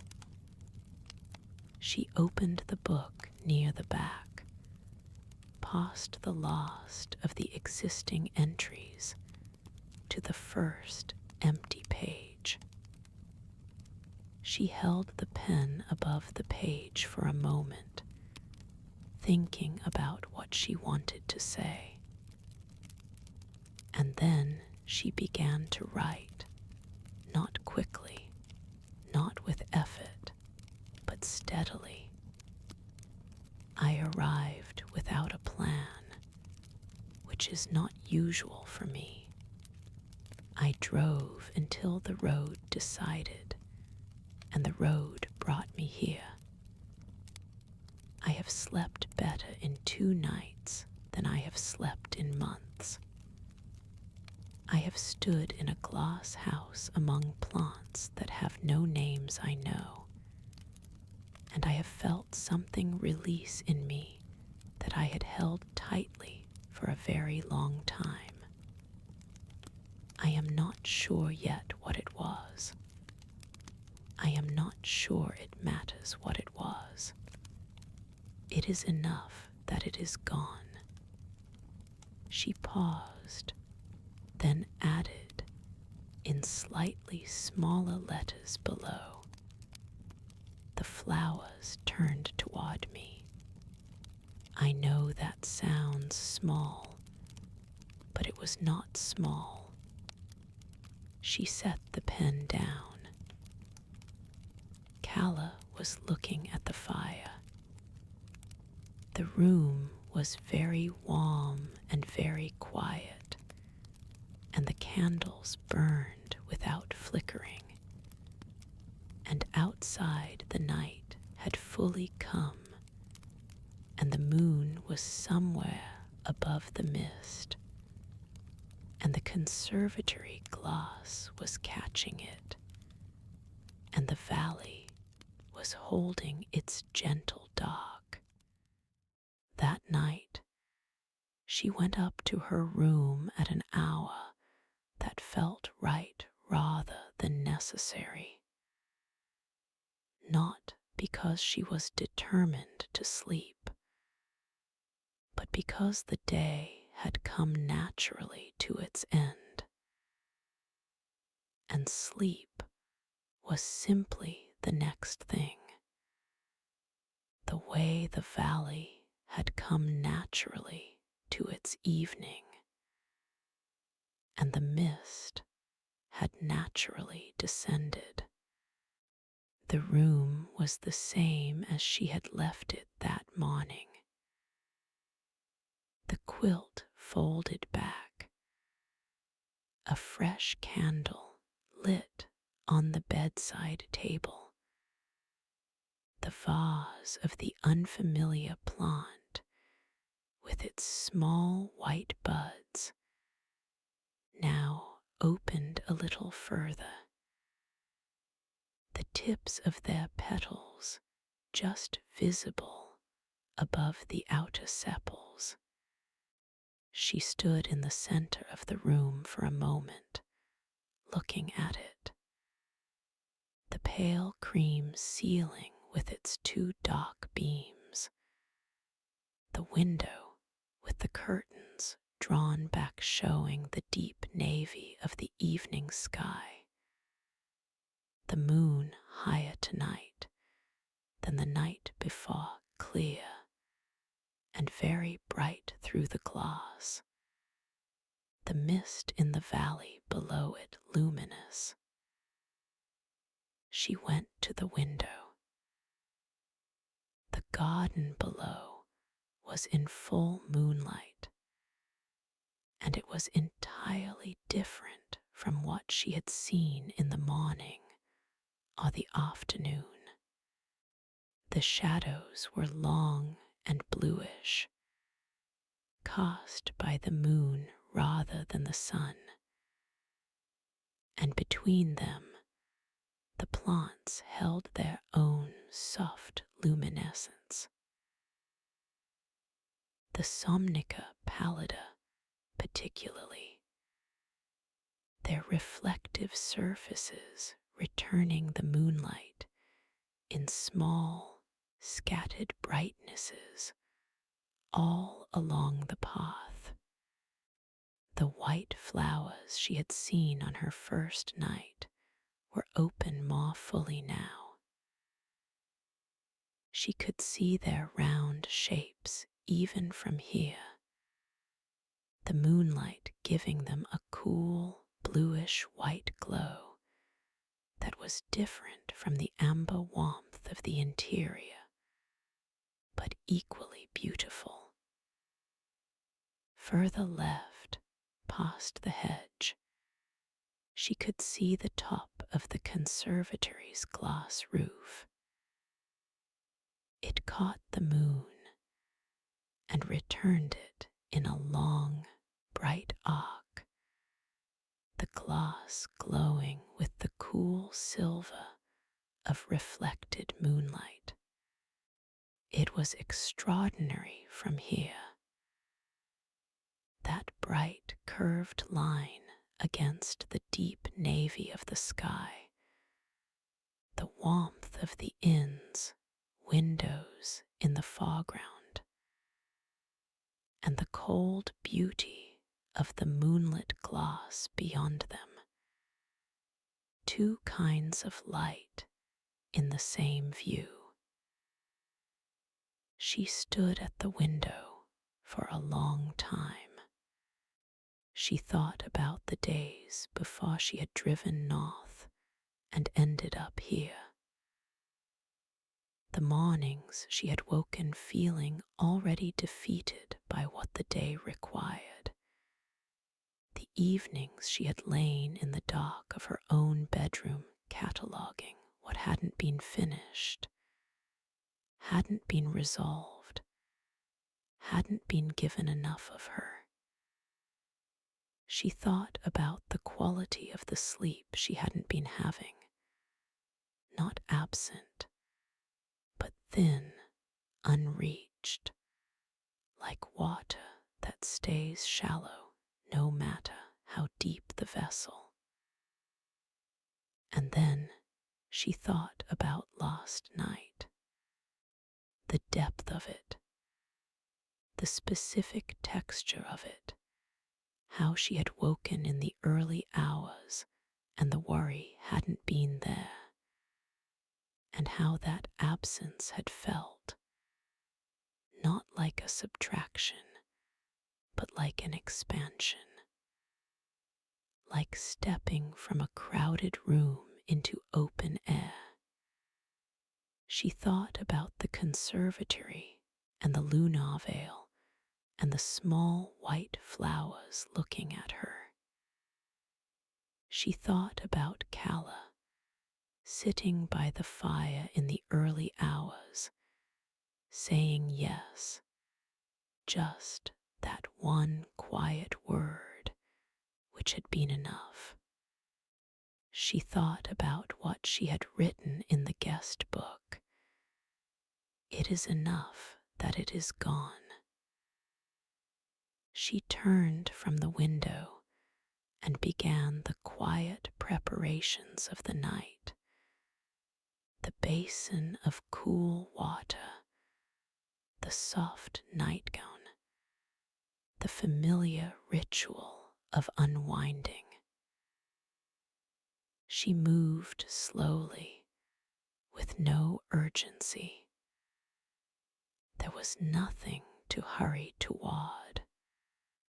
The room was warm and amber lit from the single candle, and outside the moon was full and clear, and the conservatory caught its light and gave it back, and the garden below was full of small soft luminescences, and everything was very still.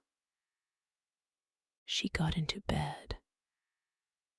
The quilt was the same as the first night, thick and soft and receiving, and the pillow had the same faint botanical smell from whatever the linen had been washed with. She lay on her back first, looking up at the ceiling, at the two dark beams and the pale spaces between them, at the way the candlelight moved across them in its slow, undulant rhythm. She thought about going home, not with anxiety, just as a fact of the future, a thing that would happen that was fine. She would go home. She would take with her whatever this place had given her, and she did not yet know what to call it, only that it was real and that it had weight, the kind of weight that a thing has when it is substantial and important and does not disappear when you stop looking at it.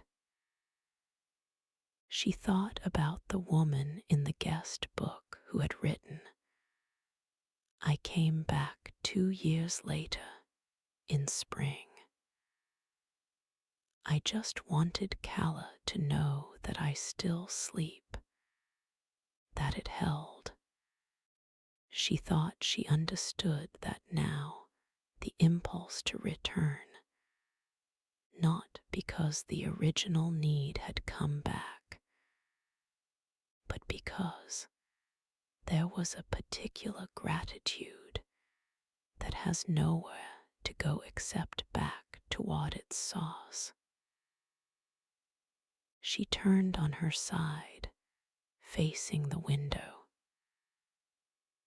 The gap in the curtains showed a narrow rectangle of the sky, the deep navy of it, the moon just off frame, but visible as a brightness at the edge of the glass. Below that, the faintest suggestion of the valley, and within it, the small scattered lights of the conservatory roof. The candle burned. The room breathed softly.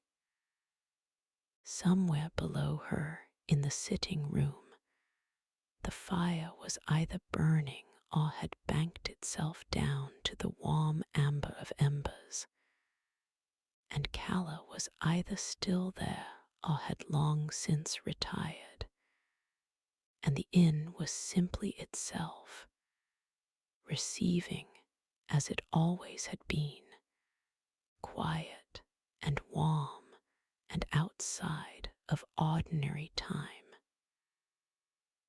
Seren closed her eyes.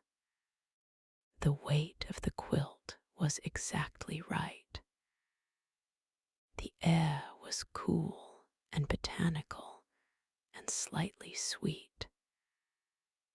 The moon moved slowly along its arc.